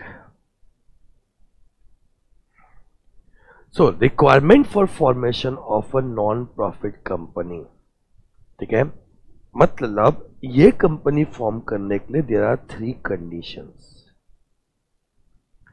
C guys समझो, ठीक है, you are a company not for profit, यानी आपका प्रॉफिट मोटिव है क्या? तो फर्स्ट कंडीशन है आप कुछ ना कुछ क्या कर रहे हो? प्रमोट कर रहे हो। क्या प्रमोट कर रहे हो? ऑनलाइन करना, या तो कॉमर्स प्रमोट कर रहे हो यानी बिजनेस, या आर्ट प्रमोट कर रहे हो, साइंस या स्पोर्ट्स, एजुकेशन प्रमोट कर रहे हो, रिसर्च प्रमोट कर रहे हो, सोशल वेलफेयर प्रमोट कर रहे हो, रिलीजन प्रमोट कर रहे हो, चैरिटी, ठीक है, एनवायरमेंट एक्सेट्रा। तो आपका ऑब्जेक्टिव क्या है? कुछ ना कुछ प्रमोट करने का, ठीक है। जैसे बिजनेस प्रमोट करने के बहुत सारे बिजनेस के या प्रोफेशन के अपने ऑर्गेनाइजेशंस होते हैं, राइट, ठीक है। आर्ट के लिए हो गया आपका जैसे सिने एसोसिएशन, जितने भी आर्टिस्ट है बॉलीवुड हॉलीवुड बॉलीवुड वगैरह जितने आर्टिस्ट हैं वो उसके अंदर आते हैं, ठीक है। साइंस प्रमोट करने के लिए बहुत सारी ऐसे नॉन प्रॉफिट ऑर्गेनाइजेशंस हैं, Bhabha atomic research centre, BARC, ठीक है। स्पोर्ट्स प्रमोट करने के लिए, एजुकेशन के लिए, यानी इन शॉर्ट, ठीक है, बहुत सारी ऐसी ऑर्गेनाइजेशंस है प्रमोट करने के लिए। ओके, सो फर्स्ट कंडीशन क्या है? आपका ऑब्जेक्टिव प्रॉफिट मोटिव नहीं होना चाहिए, आपका ऑब्जेक्टिव क्या होना चाहिए? कुछ ना कुछ प्रमोट करने का। नंबर 2, आप अपने मेंबर्स को डिविडेंड पे नहीं कर सकते। इस पॉइंट पे कितने प्रैक्टिकल क्वेश्चन या एमसीक्यू भी आ चुके हैं। सेक्शन 8 कंपनी अपने मेंबर्स को डिविडेंड पे नहीं कर सकते, तो फिर जितना भी प्रॉफिट आएगा उसका क्या करेंगे? जितना भी प्रॉफिट आएगा, ठीक है, वो ऑब्जेक्ट को प्रमोट करने के लिए यूज करेंगे। तो 3 कंडीशन है, आपका ऑब्जेक्टिव कुछ ना कुछ प्रमोट करने का होना चाहिए, आप प्रॉफिट भी सिर्फ वो प्रमोशन के लिए अप्लाई कर सकते हैं, मेंबर्स को डिविडेंड पे नहीं कर सकते। ओके, ध्यान रखना कि ऐसी ही कंपनी को हम लोग लाइसेंस कंपनी भी बोलते हैं।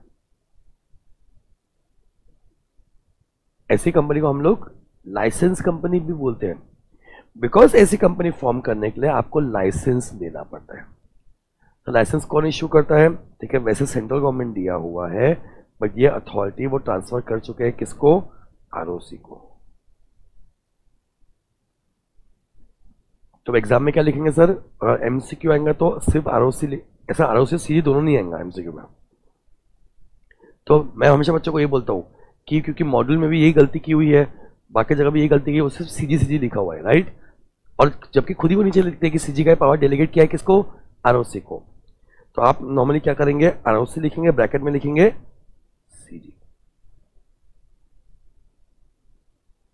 ओके, अब जैसे ही आपको लाइसेंस मिल गया, आपको प्रिविलेज क्या मिलता है? आपको प्रिविलेज ये मिलता है बच्चों, सेक्शन 8 कंपनी आप देखोगे फाउंडेशन वगैरह नाम लेते हैं, Reliance foundation is a section 8 company, right everyone. तो क्या उन्होंने नाम क्या प्राइवेट लिमिटेड वर्ड यूज किया? नहीं। The only company which is registered under companies act, जो प्राइवेट लिमिटेड वर्ड यूज नहीं करती उसे बोलते हैं सेक्शन 8 कंपनी। ओके, तो they do not use private और लिमिटेड वर्ड, ये पहला प्रिविलेज है। दूसरा प्रिविलेज है उनको बहुत सारे टैक्स एग्जेम्पशंस भी मिलते हैं।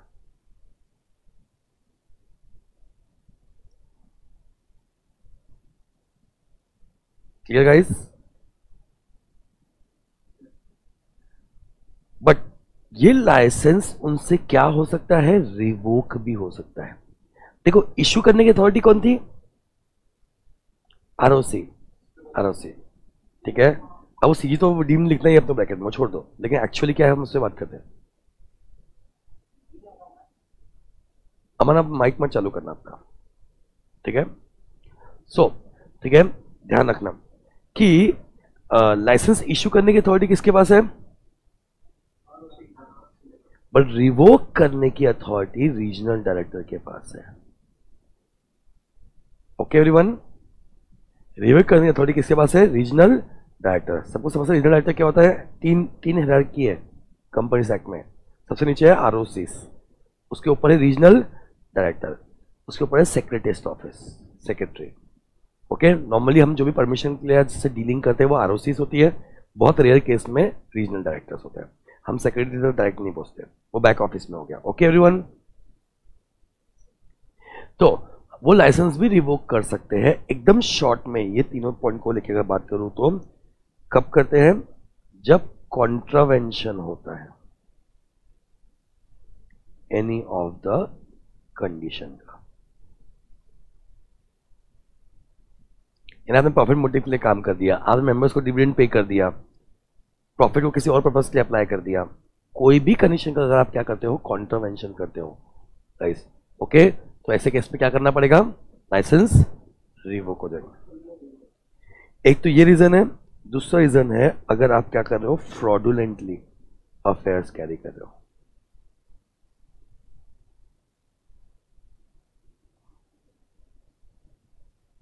यानी अगर फ्रॉडुलेंट कंपनी, लोगों से पैसा लेके भाग रहे हो, फ्रॉड स्कीम्स पे डाल रहे हो। बाकी कुछ जनरल पॉइंट्स, ऑब्वियसली बात है कि लाइसेंस रिवोक करने के लिए वो क्या देंगे? आपको अपॉर्चुनिटी देंगे अपना पॉइंट रखने के लिए, right? When license contained in Section 8 has been revoked, the company shall apply to register in form number IS-20 along with the fees to convert its setup and change the name accordingly. ठीक है, again knowledge के लिए, याद करने की जरूरत नहीं है। क्यों? जब लाइसेंस रिवोक होगा आप क्या करोगे? या तो आप किसी और कंपनी में फॉर्म करोगे, हेलो गाइस, या फिर आप कंपनी का वाइंडिंग अप कर दोगे। सही है? या तो कंपनी क्या कर दोगे? वाइंडिंग अप कर दोगे। अब आते हैं अदर इंपॉर्टेंट पॉइंट्स पे। ये सारे पॉइंट्स इंपॉर्टेंट है। फर्स्ट पॉइंट, अ फर्म में become a member of company under section under 8 company. Very important point, practical question में भी आ सकता है, एमसीक्यू में भी आ सकता है। Guys, if you all know, firm is not a separate legal entity, right? कोई भी फर्म, प्रोप्राइटर फर्म है, पार्टनरशिप फर्म, क्या है? खुद में सेपरेट लीगल एंटिटी है। इसलिए फर्म नॉर्मली किसी और कंपनी का मेंबर नहीं बन सकती, वो किसी और कंपनी के शेयर्स खरीद नहीं सकती। बस एक ही एक्सेप्शन है पूरे कंपनीज एक्ट में, वो है सेक्शन 8 कंपनी। तो इसके पीछे का लॉजिक क्या है? सपोज हम लोगों ने स्टील ट्रेडर्स एसोसिएशन फॉर्म किया, राइट? ठीक है, सपोज हम लोगों ने सीए टीचर्स एसोसिएशन फॉर्म किया, ओके, तो उसमें अन अकेडमी जैसे एसोसिएशन भी रहेंगी, बायजूस जैसे भी रहेंगे, सीए वाला भी रहेंगे। ये लोग कंपनी है ना, और कुरान मान देने का प्रोप्राइटर फर्म। तो क्या हम, ठीक है, हम प्रोप्राइटर फर्म है, हम कंपनी नहीं है, तो क्या हम ऐसे सेक्शन में कंपनी मेंबर नहीं बन सकते? ऐसे इंडिया में कितने सारे टीचर्स होंगे जिनके प्रोप्राइटर फर्म होंगे या पार्टनरशिप होंगे, यस और नो गाइस? इसलिए उन्होंने इसको अलाउ कर दिया है कि firm can become member in section 8 company. Okay, second point भी इंपॉर्टेंट है। नॉन प्रॉफिट कंपनी में alter the provisions of MOA, ये बहुत लोगों को पता नहीं होता, यार गलती करते हैं, with prior approval of central government. Central government का ये पावर गया है किसको? आरओसी को। यानी आपको एमओए में कुछ भी ऑल्टर करना है तो आपको परमिशन किससे लेनी पड़ेगी? सेंट्रल गवर्नमेंट से। बहुत सारे स्टूडेंट्स को पता नहीं होता। और अगर आपने गड़बड़ी की है तो सेंट्रल गवर्नमेंट में order section company to either wound up, दिख रहा है सभी को, और amalgamate with any other company registered under section 8 and having similar object. This is a very very very important point. मतलब मैं अगर टीचिंग को प्रमोट कर रहा हूं, राइट गाइस, सामने वाला स्पोर्ट्स को प्रमोट कर रहा है, तो क्या हम एक दूसरे से अमलगमेट कर सकते हैं? नहीं. हम लोग का ऑब्जेक्ट क्या होना चाहिए? Similar. Not if same, at least similar. ठीक है, जैसे जैसे दोनों भी स्पोर्ट्स को प्रमोट कर रहे हैं, भले क्रिकेट और एक फुटबॉल चलेगा, मिला के वो स्पोर्ट्स कर सकते हैं. ओके एवरीवन, सिमिलर हो गया. ठीक है, लेकिन एक आर्ट कर रहा है, एक साइंस कर रहा है, ये ऑल टुगेदर डिफरेंट फील्ड्स हो गए. Okay, last point. ठीक है, it can convert to any other company. उसके लिए आपको क्या करना पड़ेगा? जनरल मीटिंग लेके एसआर पास करना पड़ेगा. वैसे मैं आपको कन्वर्जन में पढ़ाऊंगा आगे सेक्शन 18 नेक्स्ट चैप्टर में. हर जगह जनरल मीटिंग लेके एसआर पास करना पड़ता है. आपको परमिशन लेना पड़ता है किससे? रीजनल डायरेक्टर से. और एसआर की कॉपी फाइल करना पड़ता है किसके पास में? आरओसी के पास. मतलब नॉर्मली कोई भी कन्वर्जन के दो इश्यू होते हैं. नंबर 1, रेजोल्यूशन कौन सा पास करना है? यहां पास करना है एसआर. एसआर मतलब क्या होता है? मतलब 70% वोट फेवर में होना चाहिए. Right everyone. Number 2, second issue आता है क्या किससे परमिशन लेने की जरूरत पड़ेगी? Yes, regional director. पर इस पर आज तक क्वेश्चन नहीं आया है. आज तक क्वेश्चन नहीं आया. ओके एवरीबॉडी, आगे बढ़ू. ठीक है, तो एक बार जल्दी से रिवाइज करते हैं. सेक्शन 8 कंपनी, सब लोग मेरे साथ में. सर, सेक्शन 8 कंपनी फॉर्म करने के लिए देयर आर 3 कंडीशंस. तीनों कंडीशन फुलफिल होने चाहिए. इनका ऑब्जेक्ट होना चाहिए कुछ ना कुछ प्रमोट करने का, जैसे art, science, commerce, religion, charity, sports, education etcetera. Number 2, ये मेंबर्स को डिविडेंड पे, और जितना भी ऑब्जेक्ट है वो आपको अप्लाई करना है for promoter of your object, जितना भी प्रॉफिट है. Okay everyone. ऐसे कंपनी को बनाने के लिए आपको क्या लेना पड़ेगा? लाइसेंस. लाइसेंस कौन देगा गाइस? आरओसी. एक बार लाइसेंस मिल गया तो भाई आपको प्राइवेट लिमिटेड वर्ड यूज करने की जरूरत नहीं है, और आपको बहुत सारे टैक्स एग्जेम्पशन मिल जाते हैं. बट अगर आप कोई कंडीशन को कॉन्ट्राविन करते हो या फ्रॉडुलेंट मैनर में एक्ट कर रहे हो तो आपका लाइसेंस क्या हो जाएगा? और रिवोक करने की राइट किसके पास है? एंड देगा कौन? आरओसी. रिवोक कौन करेगा? आरडी. देगा कौन? आरओसी. रिवोक कौन करेगा? आरडी. भाई रिवोक होगा तो या तो अपनी कंपनी को वाइंड अप करना पड़ेगा, कन्वर्ट करना पड़ेगा, या अमलगमेट करना पड़ेगा. अमलगमेट किसके हाथ में कर सकते हैं? जिसका सिमिलर ऑब्जेक्ट है. ठीक है, ये सिमिलर ऑब्जेक्ट में प्रैक्टिकल क्वेश्चन आ चुका है. Very important point. A. Okay everyone. ठीक है, सेकेंड इंपॉर्टेंट पॉइंट, यहां पे सर फर्म भी मेंबर बन सकता है. ओके, ओनली कंपनी जहां फर्म मेंबर बन सकता है सेक्शन 8 कंपनी. एंड नंबर 2, यहां पे आपको कुछ भी ऑल्ट्रेशन करना है एमओए में तो आपको परमिशन लेनी पड़ेगी. किससे? आरओसी से. इस पे एमसीक्यू आ चुका है.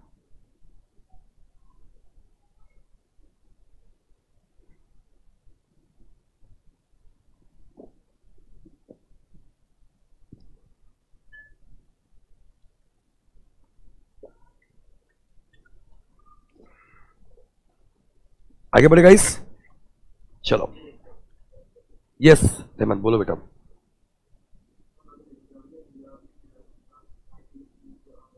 सीजी लिख देना.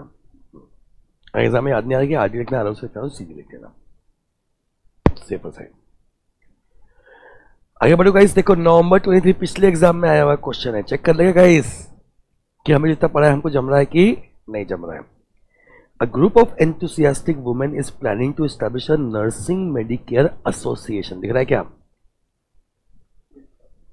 A limited liability company with the objective of providing comprehensive theory and practical training to aspiring nurses.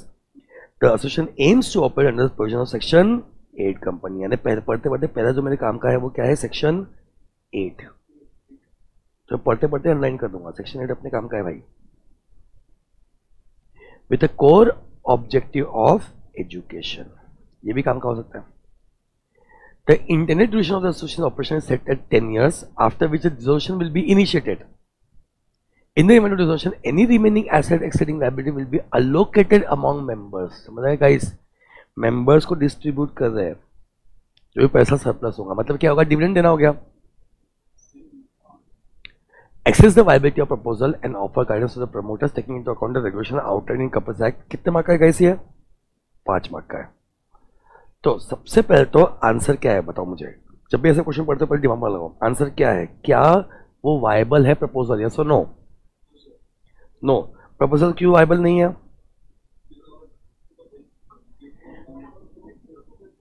Because वो डिस्ट्रीब्यूट कर रहे हैं मेंबर्स में जो भी सरप्लस हो रहा है, राइट एवरीबॉडी? ठीक है, जबकि डिविडेंड पे नहीं कर सकते। ये हो गया आपका आंसर। सब लोग दिमाग में सोचते मेरी बात को। अब इसके लिए आपने लॉ कौन सा यूज किया?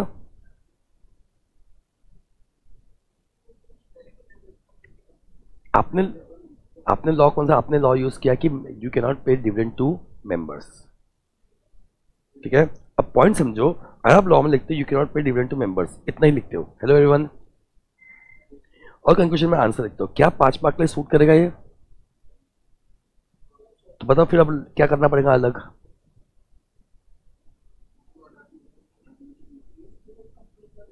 डेफिनेशन तो है ही नहीं इसमें।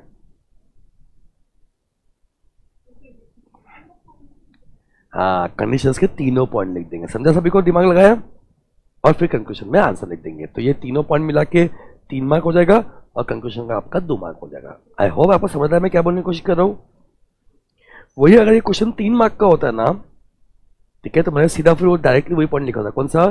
Section and company can not distribute dividend to members, और फिर कंक्लूजन लिखा था। सबको समझा गाइस? लॉ में, राइट? All 3 conditions.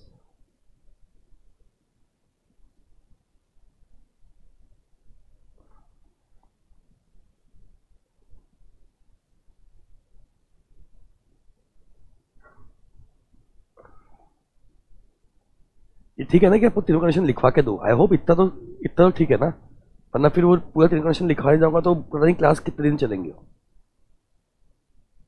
जहां लगता है मुझे लिखवाने में लिखवा दूंगा, बहुत तो बढ़िया।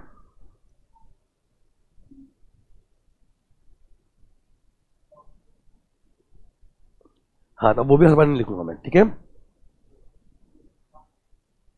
अब आंसर स्टार्ट करने के पहले हमेशा क्वेश्चन का आंसर एंड देखो, क्वेश्चन क्या पूछा देखो, assess the viability of proposal and offer guidance to the promoters। ठीक है, तो क्या वो वाइबल है? नहीं, तो हम लिखेंगे proposal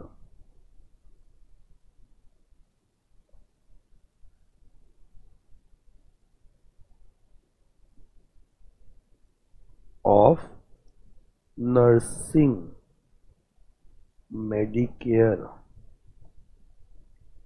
association is not viable because, one आपको पहले आप आंसर लिखोगे फिर आंसर का रीजन दोगे। अब रीजन में क्या लिखेंगे? सिंपल सी बात है, रीजन में लिखेंगे भाई तुम सेक्शन 8 कंपनी हो और तुम, ठीक है, प्लान कर रहे हो कि 10 साल के बाद डिसॉल्व करके एसेट्स को डिस्ट्रीब्यूट कर देंगे, किसमें? मेंबर्स में, जबकि सेक्शन 8 कंपनी डिविडेंड पे नहीं कर सकते।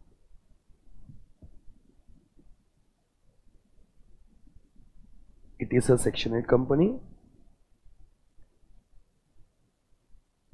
and they are planning to distribute surplus among members, which is not allowed।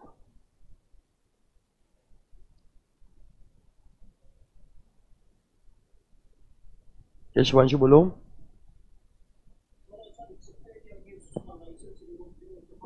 हाँ, आप उसका रिजल्ट भी लिख सकते हो, कोई इशू नहीं है। यानी आप कंक्लूजन में भी, आप कंक्लूजन में अपना ओपिनियन भी लिख सकते हो बाद में। This will result into revocation of their licence if they do so। Yes Deepesh बोलो बेटा।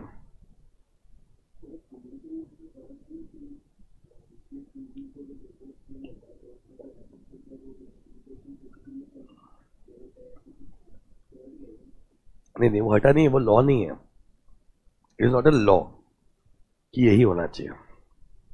रिहेबिलिटेशन सेंटर या किसी वेलफेयर के लिए कहीं के लिए भी यूज कर सकते हैं आप सरप्लस को।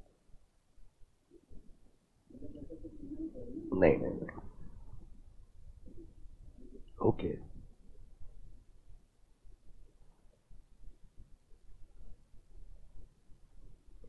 ओके एवरीवन, आगे बढ़ूं। Next, alpha limited, a section 8 company is planning to declare dividend in AGM for the financial year। भाई अल्फा लिमिटेड लिख दिया उसने, पर अपन नाम में इमोशनल में होता। आप बोलोगे सर अल्फा लिमिटेड क्यों लिखा हुआ है, सेक्शन 8 कंपनी। भाई क्वेश्चन में दिया हुआ है, अपन दिमाग लगाएंगे नहीं, ठीक है। आप ये नहीं बोलना कि भाई उसका नाम भी चेंज करो अल्फा लिमिटेड से, नहीं, आपने क्वेश्चन में वो पूछा नहीं गया, दिमाग नहीं लगाना। Okay, is plan to declare dividend in its AGM for financial year 31/3/20. Mr. Chopra is holding 800 equity shares as on date. State whether the act of the company is according to provisions of Companies Act. बोलो guys, कितने mark का है? हाँ, बस particular law लिखेंगे और conclusion लिखेंगे। Okay everyone, तो लॉ में सिर्फ कैन नॉट डिक्लेयर डिविडेंड वाला लॉ लिखेंगे।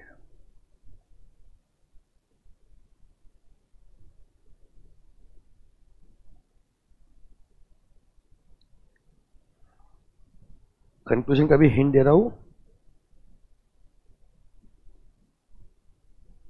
Not allowed. इजी है ना, ज्यादा इजी नहीं है ना, लिखा दूंगा।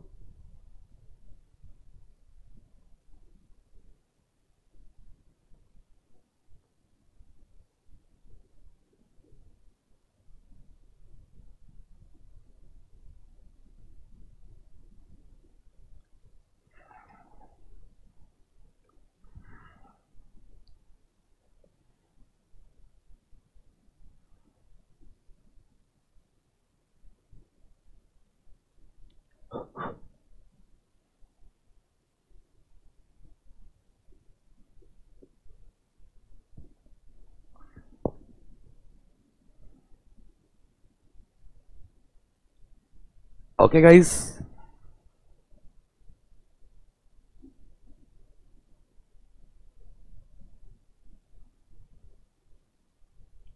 No question. Abhilasha and Amrita has incorporated a non for profit. पढ़ते पढ़ते अनलाइन कर दूंगा भाई। Private limited company which is registered under section 8 company. One of their friend has informed them that their company can be categorized as small company. Guys, क्या small company section 8 company हो सकती है? ठीक है, तो सीधा आंसर देख लो, यहीं पे काम खत्म हो गया। The status of small company cannot be bestowed upon a non-for-profit company which is registered under section 8. Mr. Anurag and Mr. Sumit both are teachers of mathematics and want to open a coaching academy for poor children. बहुत अच्छी बात है भाई, बस मैं एक ही problem है, तुम coaching academy for poor children खोलोगे फिर तुम खुद पुअर हो जाओगे। मैंने भी सोचा था कि मैं ऐसा करता हूँ, ठीक है, फ्री क्लासेस प्रोवाइड करता हूँ, लेकिन ठीक है, सर्वाइव करना आसान नहीं है। They seek to raise money for their operational expenses by way of sponsorship from some like-minded friends and reinvest any surplus left for the noble cause only. In your opinion, what kind of entity should they incorporate? Obviously बात है, कैसे लोग क्या incorporate करना चाहिए? Okay, clear, आगे बढ़े। Section company एकदम क्लियर सभी को। सेक्शन कंपनी चार्ट भी बन सकता है, लेकिन चार्ट में वही होगा, ठीक है। पहला चार्ट बनेगा लेफ्ट साइड में कंडीशन को लेकर 3 पॉइंट आएंगे, राइट। फिर इश्यू ऑफ लाइसेंस कौन देगा? Central government. ऐसा समझा क्या? प्रिविलेजेस ये दोनों लिखे जाएंगे चार्ट के अंदर। चौथा चार्ट आएगा रिवोकेशन, आरडी कर सकता है इन दोनों केस में। 5वां पॉइंट आएगा अदर इंपॉर्टेंट पॉइंट, वो ऐसे लिखे हुए हैं। Okay everyone,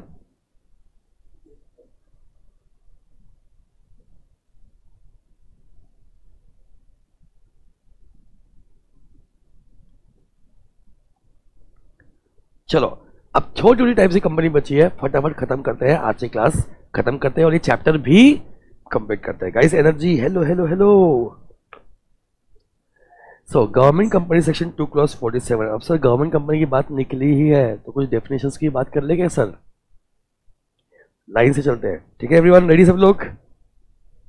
section 2 clause 6 associate company ठीक है। 11 से 20 तक पढ़ा सेक्शन 2 क्लॉज 11 क्या था? Body corporate. 11 से 20 में पढ़ा फिर 20 कंपनी। 31 से लेकर 40 तक कुछ नहीं पढ़ा, फिर पढ़ा 42 हाँ foreign company. 46 is holding company, उसी का counter part 87 is subsidiary company. Okay, private company section 2 clause, public company section 2 clause, OPC section 2 clause, small company,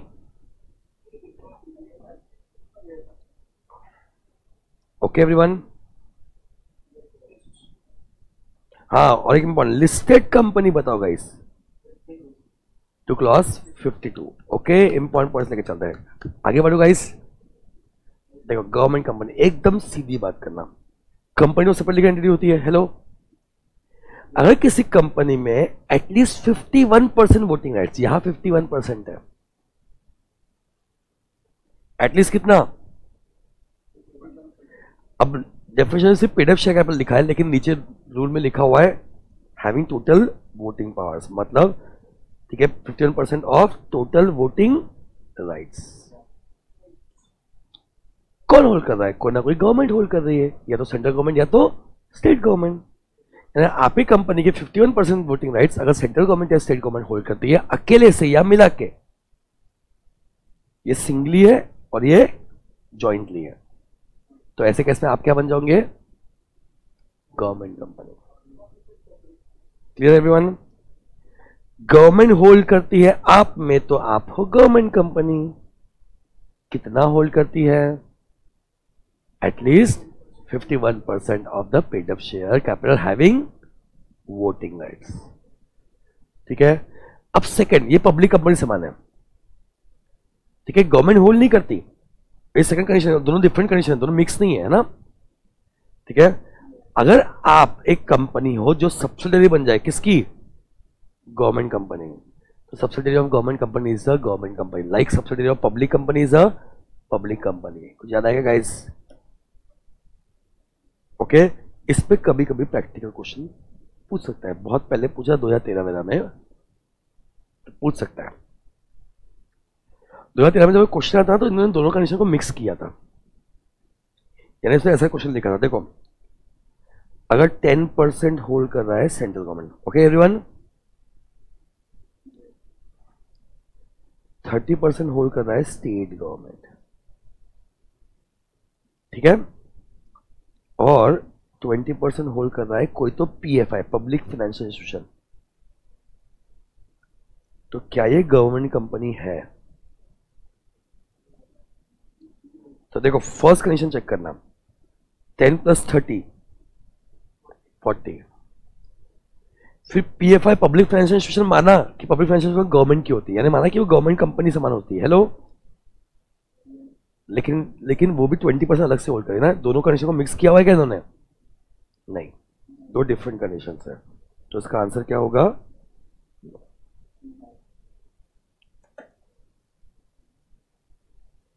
okay everyone, okay बच्चा पार्टी, हेलो। अब नॉर्मली मैं फर्स्ट चैप्टर में foreign company पढ़ाता हूं, but अब तो हमको पूरा चैप्टर आ गया फॉरेन कंपनी का, चैप्टर नंबर 11। हेलो, जो आपके लिए बहुत बहुत इजी होगा, ये मेरा प्रॉमिस है आपको, बहुत चिल्लर बना दूंगा मैं, 3 चैप्टर कंप्लीट होएगा और हर एक क्वेश्चन सॉल्व कर लेंगे। सीए फाइनल के क्वेश्चन डाले मैंने इसके अंदर, बिकॉज इंटर के क्वेश्चन नहीं है ना, ये तो फर्स्ट टाइम आने वाला है, तो सीए फाइनल के जितने भी क्वेश्चन मैंने सब डाल दिया इसमें। ओके गाइस, बाकी बात करते हैं डॉर्मेंट कंपनी। सी है, सी डॉर्मेंट पड़ी हुई है, मतलब ऐसी पड़ी हुई है, कोई काम उसमें नहीं हो रहा, ठीक है, तो कोई काम नहीं हो रहा मतलब क्या, उसमें कोई सिग्निफिकेंट अकाउंटिंग ट्रांजैक्शन नहीं है। या तो पहले आप काम करते थे, अभी कुछ टाइम के लिए बंद रखा हुआ है, या बना के रखा है किसी फ्यूचर प्रोजेक्ट के लिए। समझा क्या? बट क्या अभी काम कर रहा है गाइस? नहीं। ठीक है, अभी इतना ध्यान रखो। अब सर एक dormant company V one has not been carrying on any business, कोई सिग्निफिकेंट अकाउंटिंग ट्रांजैक्शन नहीं है। समझा ये पॉइंट गाइस? हेलो। इसी के अंदर इनएक्टिव कंपनी भी आता है। इनएक्टिव कंपनी भी एक सर्टिफिकेशन होता है कंपनीज को। तो इनएक्टिव कंपनी भी सेम है, जो बिजनेस नहीं कर रही, कोई सिग्निफिकेंट अकाउंटिंग ट्रांजैक्शन नहीं है, हेलो, और इन्होंने फाइनेंशियल स्टेटमेंट और एनुअल रिटर्न फाइल नहीं किया। बस फर्क क्या रहेगा यहाँ पे, ड्यूरिंग लास्ट 2 years। दिख रहा है सभी को गाइस? तो इनएक्टिव कंपनी भी डोमेन कंपनी है, बस फर्क इतना है कि डोमेन कंपनी में 2 साल का ऐसा कोई लिमिट नहीं है, जबकि इनएक्टिव कंपनी 2 साल का लिमिट है। ये सी है, आज तक कभी क्वेश्चन नहीं आया, तो ये आपको मालूम होना चाहिए। अब आपने क्या बोला, सर डोमेन कंपनी वो होती है जिसने पिछले कुछ जिसने कोई सिग्निफिकेंट अकाउंटिंग ट्रांजैक्शन नहीं करती। तो क्वेश्चन ये आता है भाई सिग्निफिकेंट अकाउंटिंग ट्रांजैक्शन होता क्या, राइट गाइस? हम बोलते हैं सिग्निफिकेंट अकाउंटिंग ट्रांजैक्शन मींस इन ट्रांजैक्शन अदर देन, मतलब ये 4 तो ऑब्वियस सी बात है, ये 4 में कोई टेंशन नहीं है। इन 4 को छोड़ के आपने कोई और ट्रांजैक्शन नहीं करना चाहिए। ये 4 का निमोनिक क्या है? निमोनिक है राम।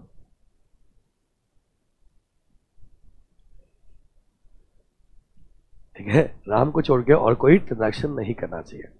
ओके, आर से है, अब भाई रजिस्ट्रार को फीस पे करना है, चलेगा, वो कोई सिग्निफिकेंट अकाउंटिंग ट्रांजैक्शन नहीं है। एक्ट को फुलफिल करने के लिए कुछ किया तो चलेगा। ठीक है, allotment of shares for fulfilment of the act. For example आप लोगों ने कन्वर्टेबल प्रेफरेंस शेयर्स इशू किए थे, हेलो, 3 साल के बाद। अब 3 साल हो चुके हैं, भले अपनी कंपनी बंद पड़ी है, बट वो कन्वर्ट तो होगा ना इनटू इक्विटी शेयर्स। और एम से है मेंटेनेंस ऑफ ऑफिस, मतलब झाड़ू पोछा लगा रहे हो आप, ठीक है, पेंट वेंट करवा रहे हो, ठीक है, तो उसके लिए कोई दिक्कत नहीं है।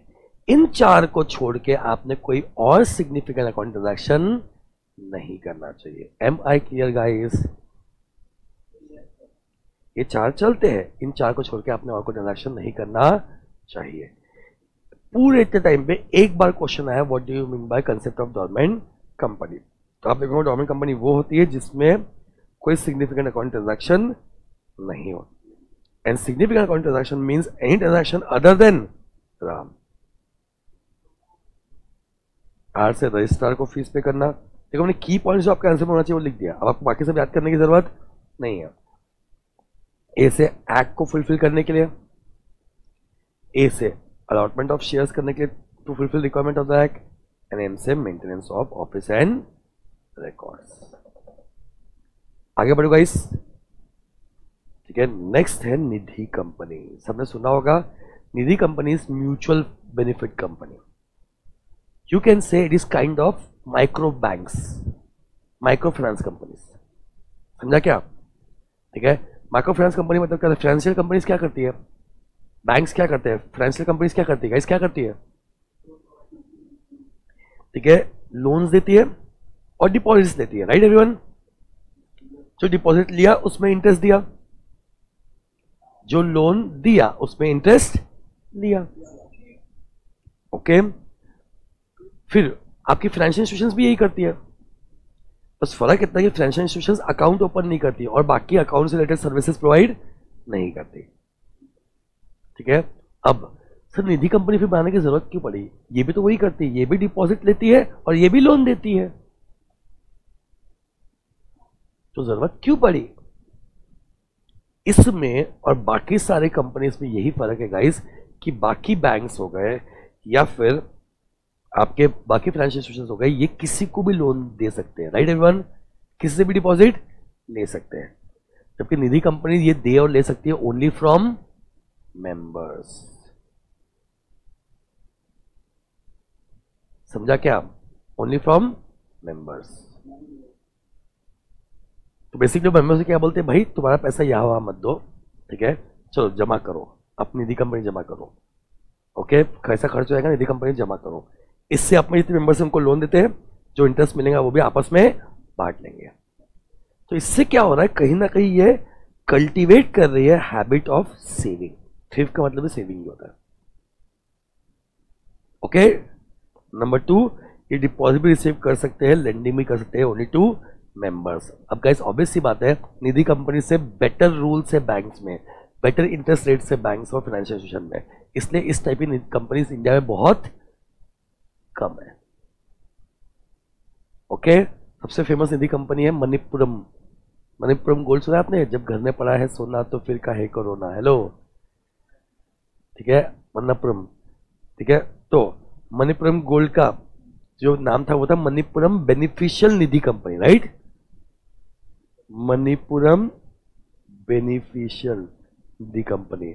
उन्होंने शॉर्ट में इसका नाम रख दिया माबेन निधि कंपनी, ठीक है। उनको नहीं समझा कि भाई लोग माबेन का अलग मीनिंग निकाल लेंगे ठीक है। तो सबसे फेमस कंपनी जो निधि कंपनी वो है माबेन, Manappuram beneficial company, okay everyone. आगे बढ़ू, सी है, क्वेश्चन नहीं आता, आगे रेफरेंस आएंगे निधि कंपनी का, क्वेश्चन नहीं आता, आगे बढ़ू। नेक्स्ट है guys public financial institutions, PFI. आज तक कभी क्वेश्चन नहीं पूछा गया और मुझे लगता है कि हर बार क्वेश्चन आएगा, पर आज तक कभी पूछा गया नहीं है। पब्लिक फाइनेंशियल इंस्टीट्यूशन, देखो फाइनेंशियल इंस्टीट्यूशन अभी मैंने बात किया क्या होती है, हेलो हेलो हेलो, ठीक है, जो लोगों को लोन देती है और लोगों से डिपॉजिट देती है, राइट, लेंडिंग वाला काम है, राइट एवरीवन, ठीक है। फाइनेंशियल इंस्टीट्यूशन का मेजरली वही काम है। पब्लिक फाइनेंशियल इंस्टीट्यूशन बोला ना तो हमारे दिमाग में क्लिक होना चाहिए कि ये किसकी है, गवर्नमेंट की है। किसकी है गाइस, गवर्नमेंट की है। यानी जो फाइनेंशियल इंस्टीट्यूशन किसकी है, गवर्नमेंट की है, उससे हम लोग क्या बोलते हैं, पब्लिक फाइनेंशियल इंस्टीट्यूशन। क्लियर है। इसको मैंने दो पार्ट में डिवाइड किया, एक है स्पेसिफाइड पीएफआई, जो सेक्शन में पहले से स्पेसिफाई किया है कि तू तू तू तू तू बेटा तुम सब पीएफआई, समझा गया गाइस।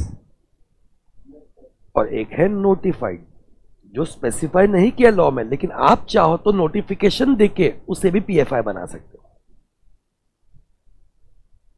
Clear guys. अब लॉ में कौन कौन से स्पेसिफाइड पीएफआई है, ओके, ठीक है। नंबर 1 है एलआईसी, नंबर 2 इज आईडीएफसीएल, मतलब infrastructure development finance company limited, government की है इंफ्रास्ट्रक्चर डेवलप करने के लिए। नंबर 3 है UTI, unit trust of India.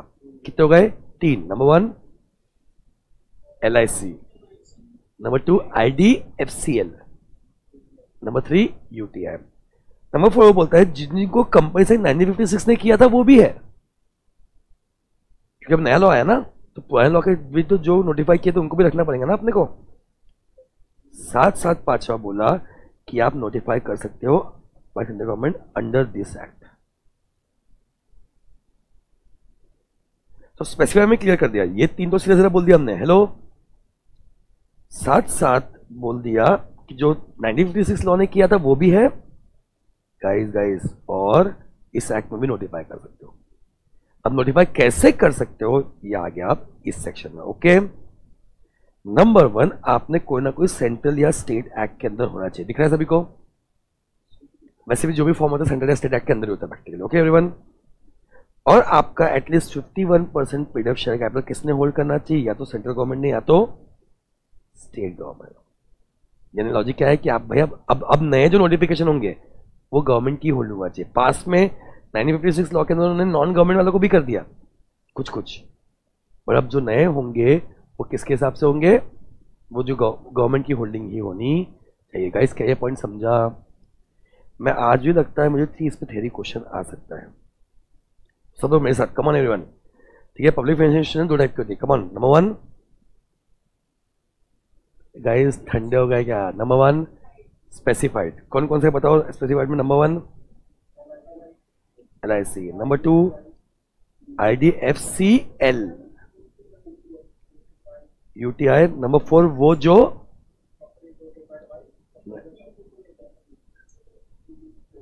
ठीक है, एंड 5वां पॉइंट ठीक है, जो नोटिफाइड अंडर कंपनी एक्ट 2013। अब नोटिफाई कैसे हो सकते हैं? दो रूल है, या तो आपने किसी सेंट्रल या स्टेट एक्ट के अंदर बनना चाहिए,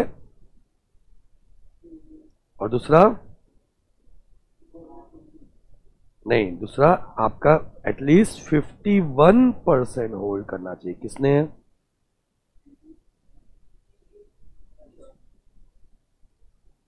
ओके, अब IFSC कंपनी कुछ डेफिनेशन बची हुई है, बट आप लोग की हालत थोड़ी खराब दिख रही है मुझे। ऐसे सिर्फ 2 मिनट का है, टेंशन मत लेना, ठीक है। ये 5-10 मिनट का जो है वो कल हम निपटा लेंगे। हेलो, और उसके बाद में कल ही हम स्टार्ट करेंगे चैप्टर नंबर 2। Clear guys? अभी तक जो भी पढ़ा रहे समझ रहा है आप अच्छे से? फास्ट स्लो कुछ चल रहा है? ऐसा कि सर आप फास्ट चल रहे हो या आप स्लो चल रहे हो?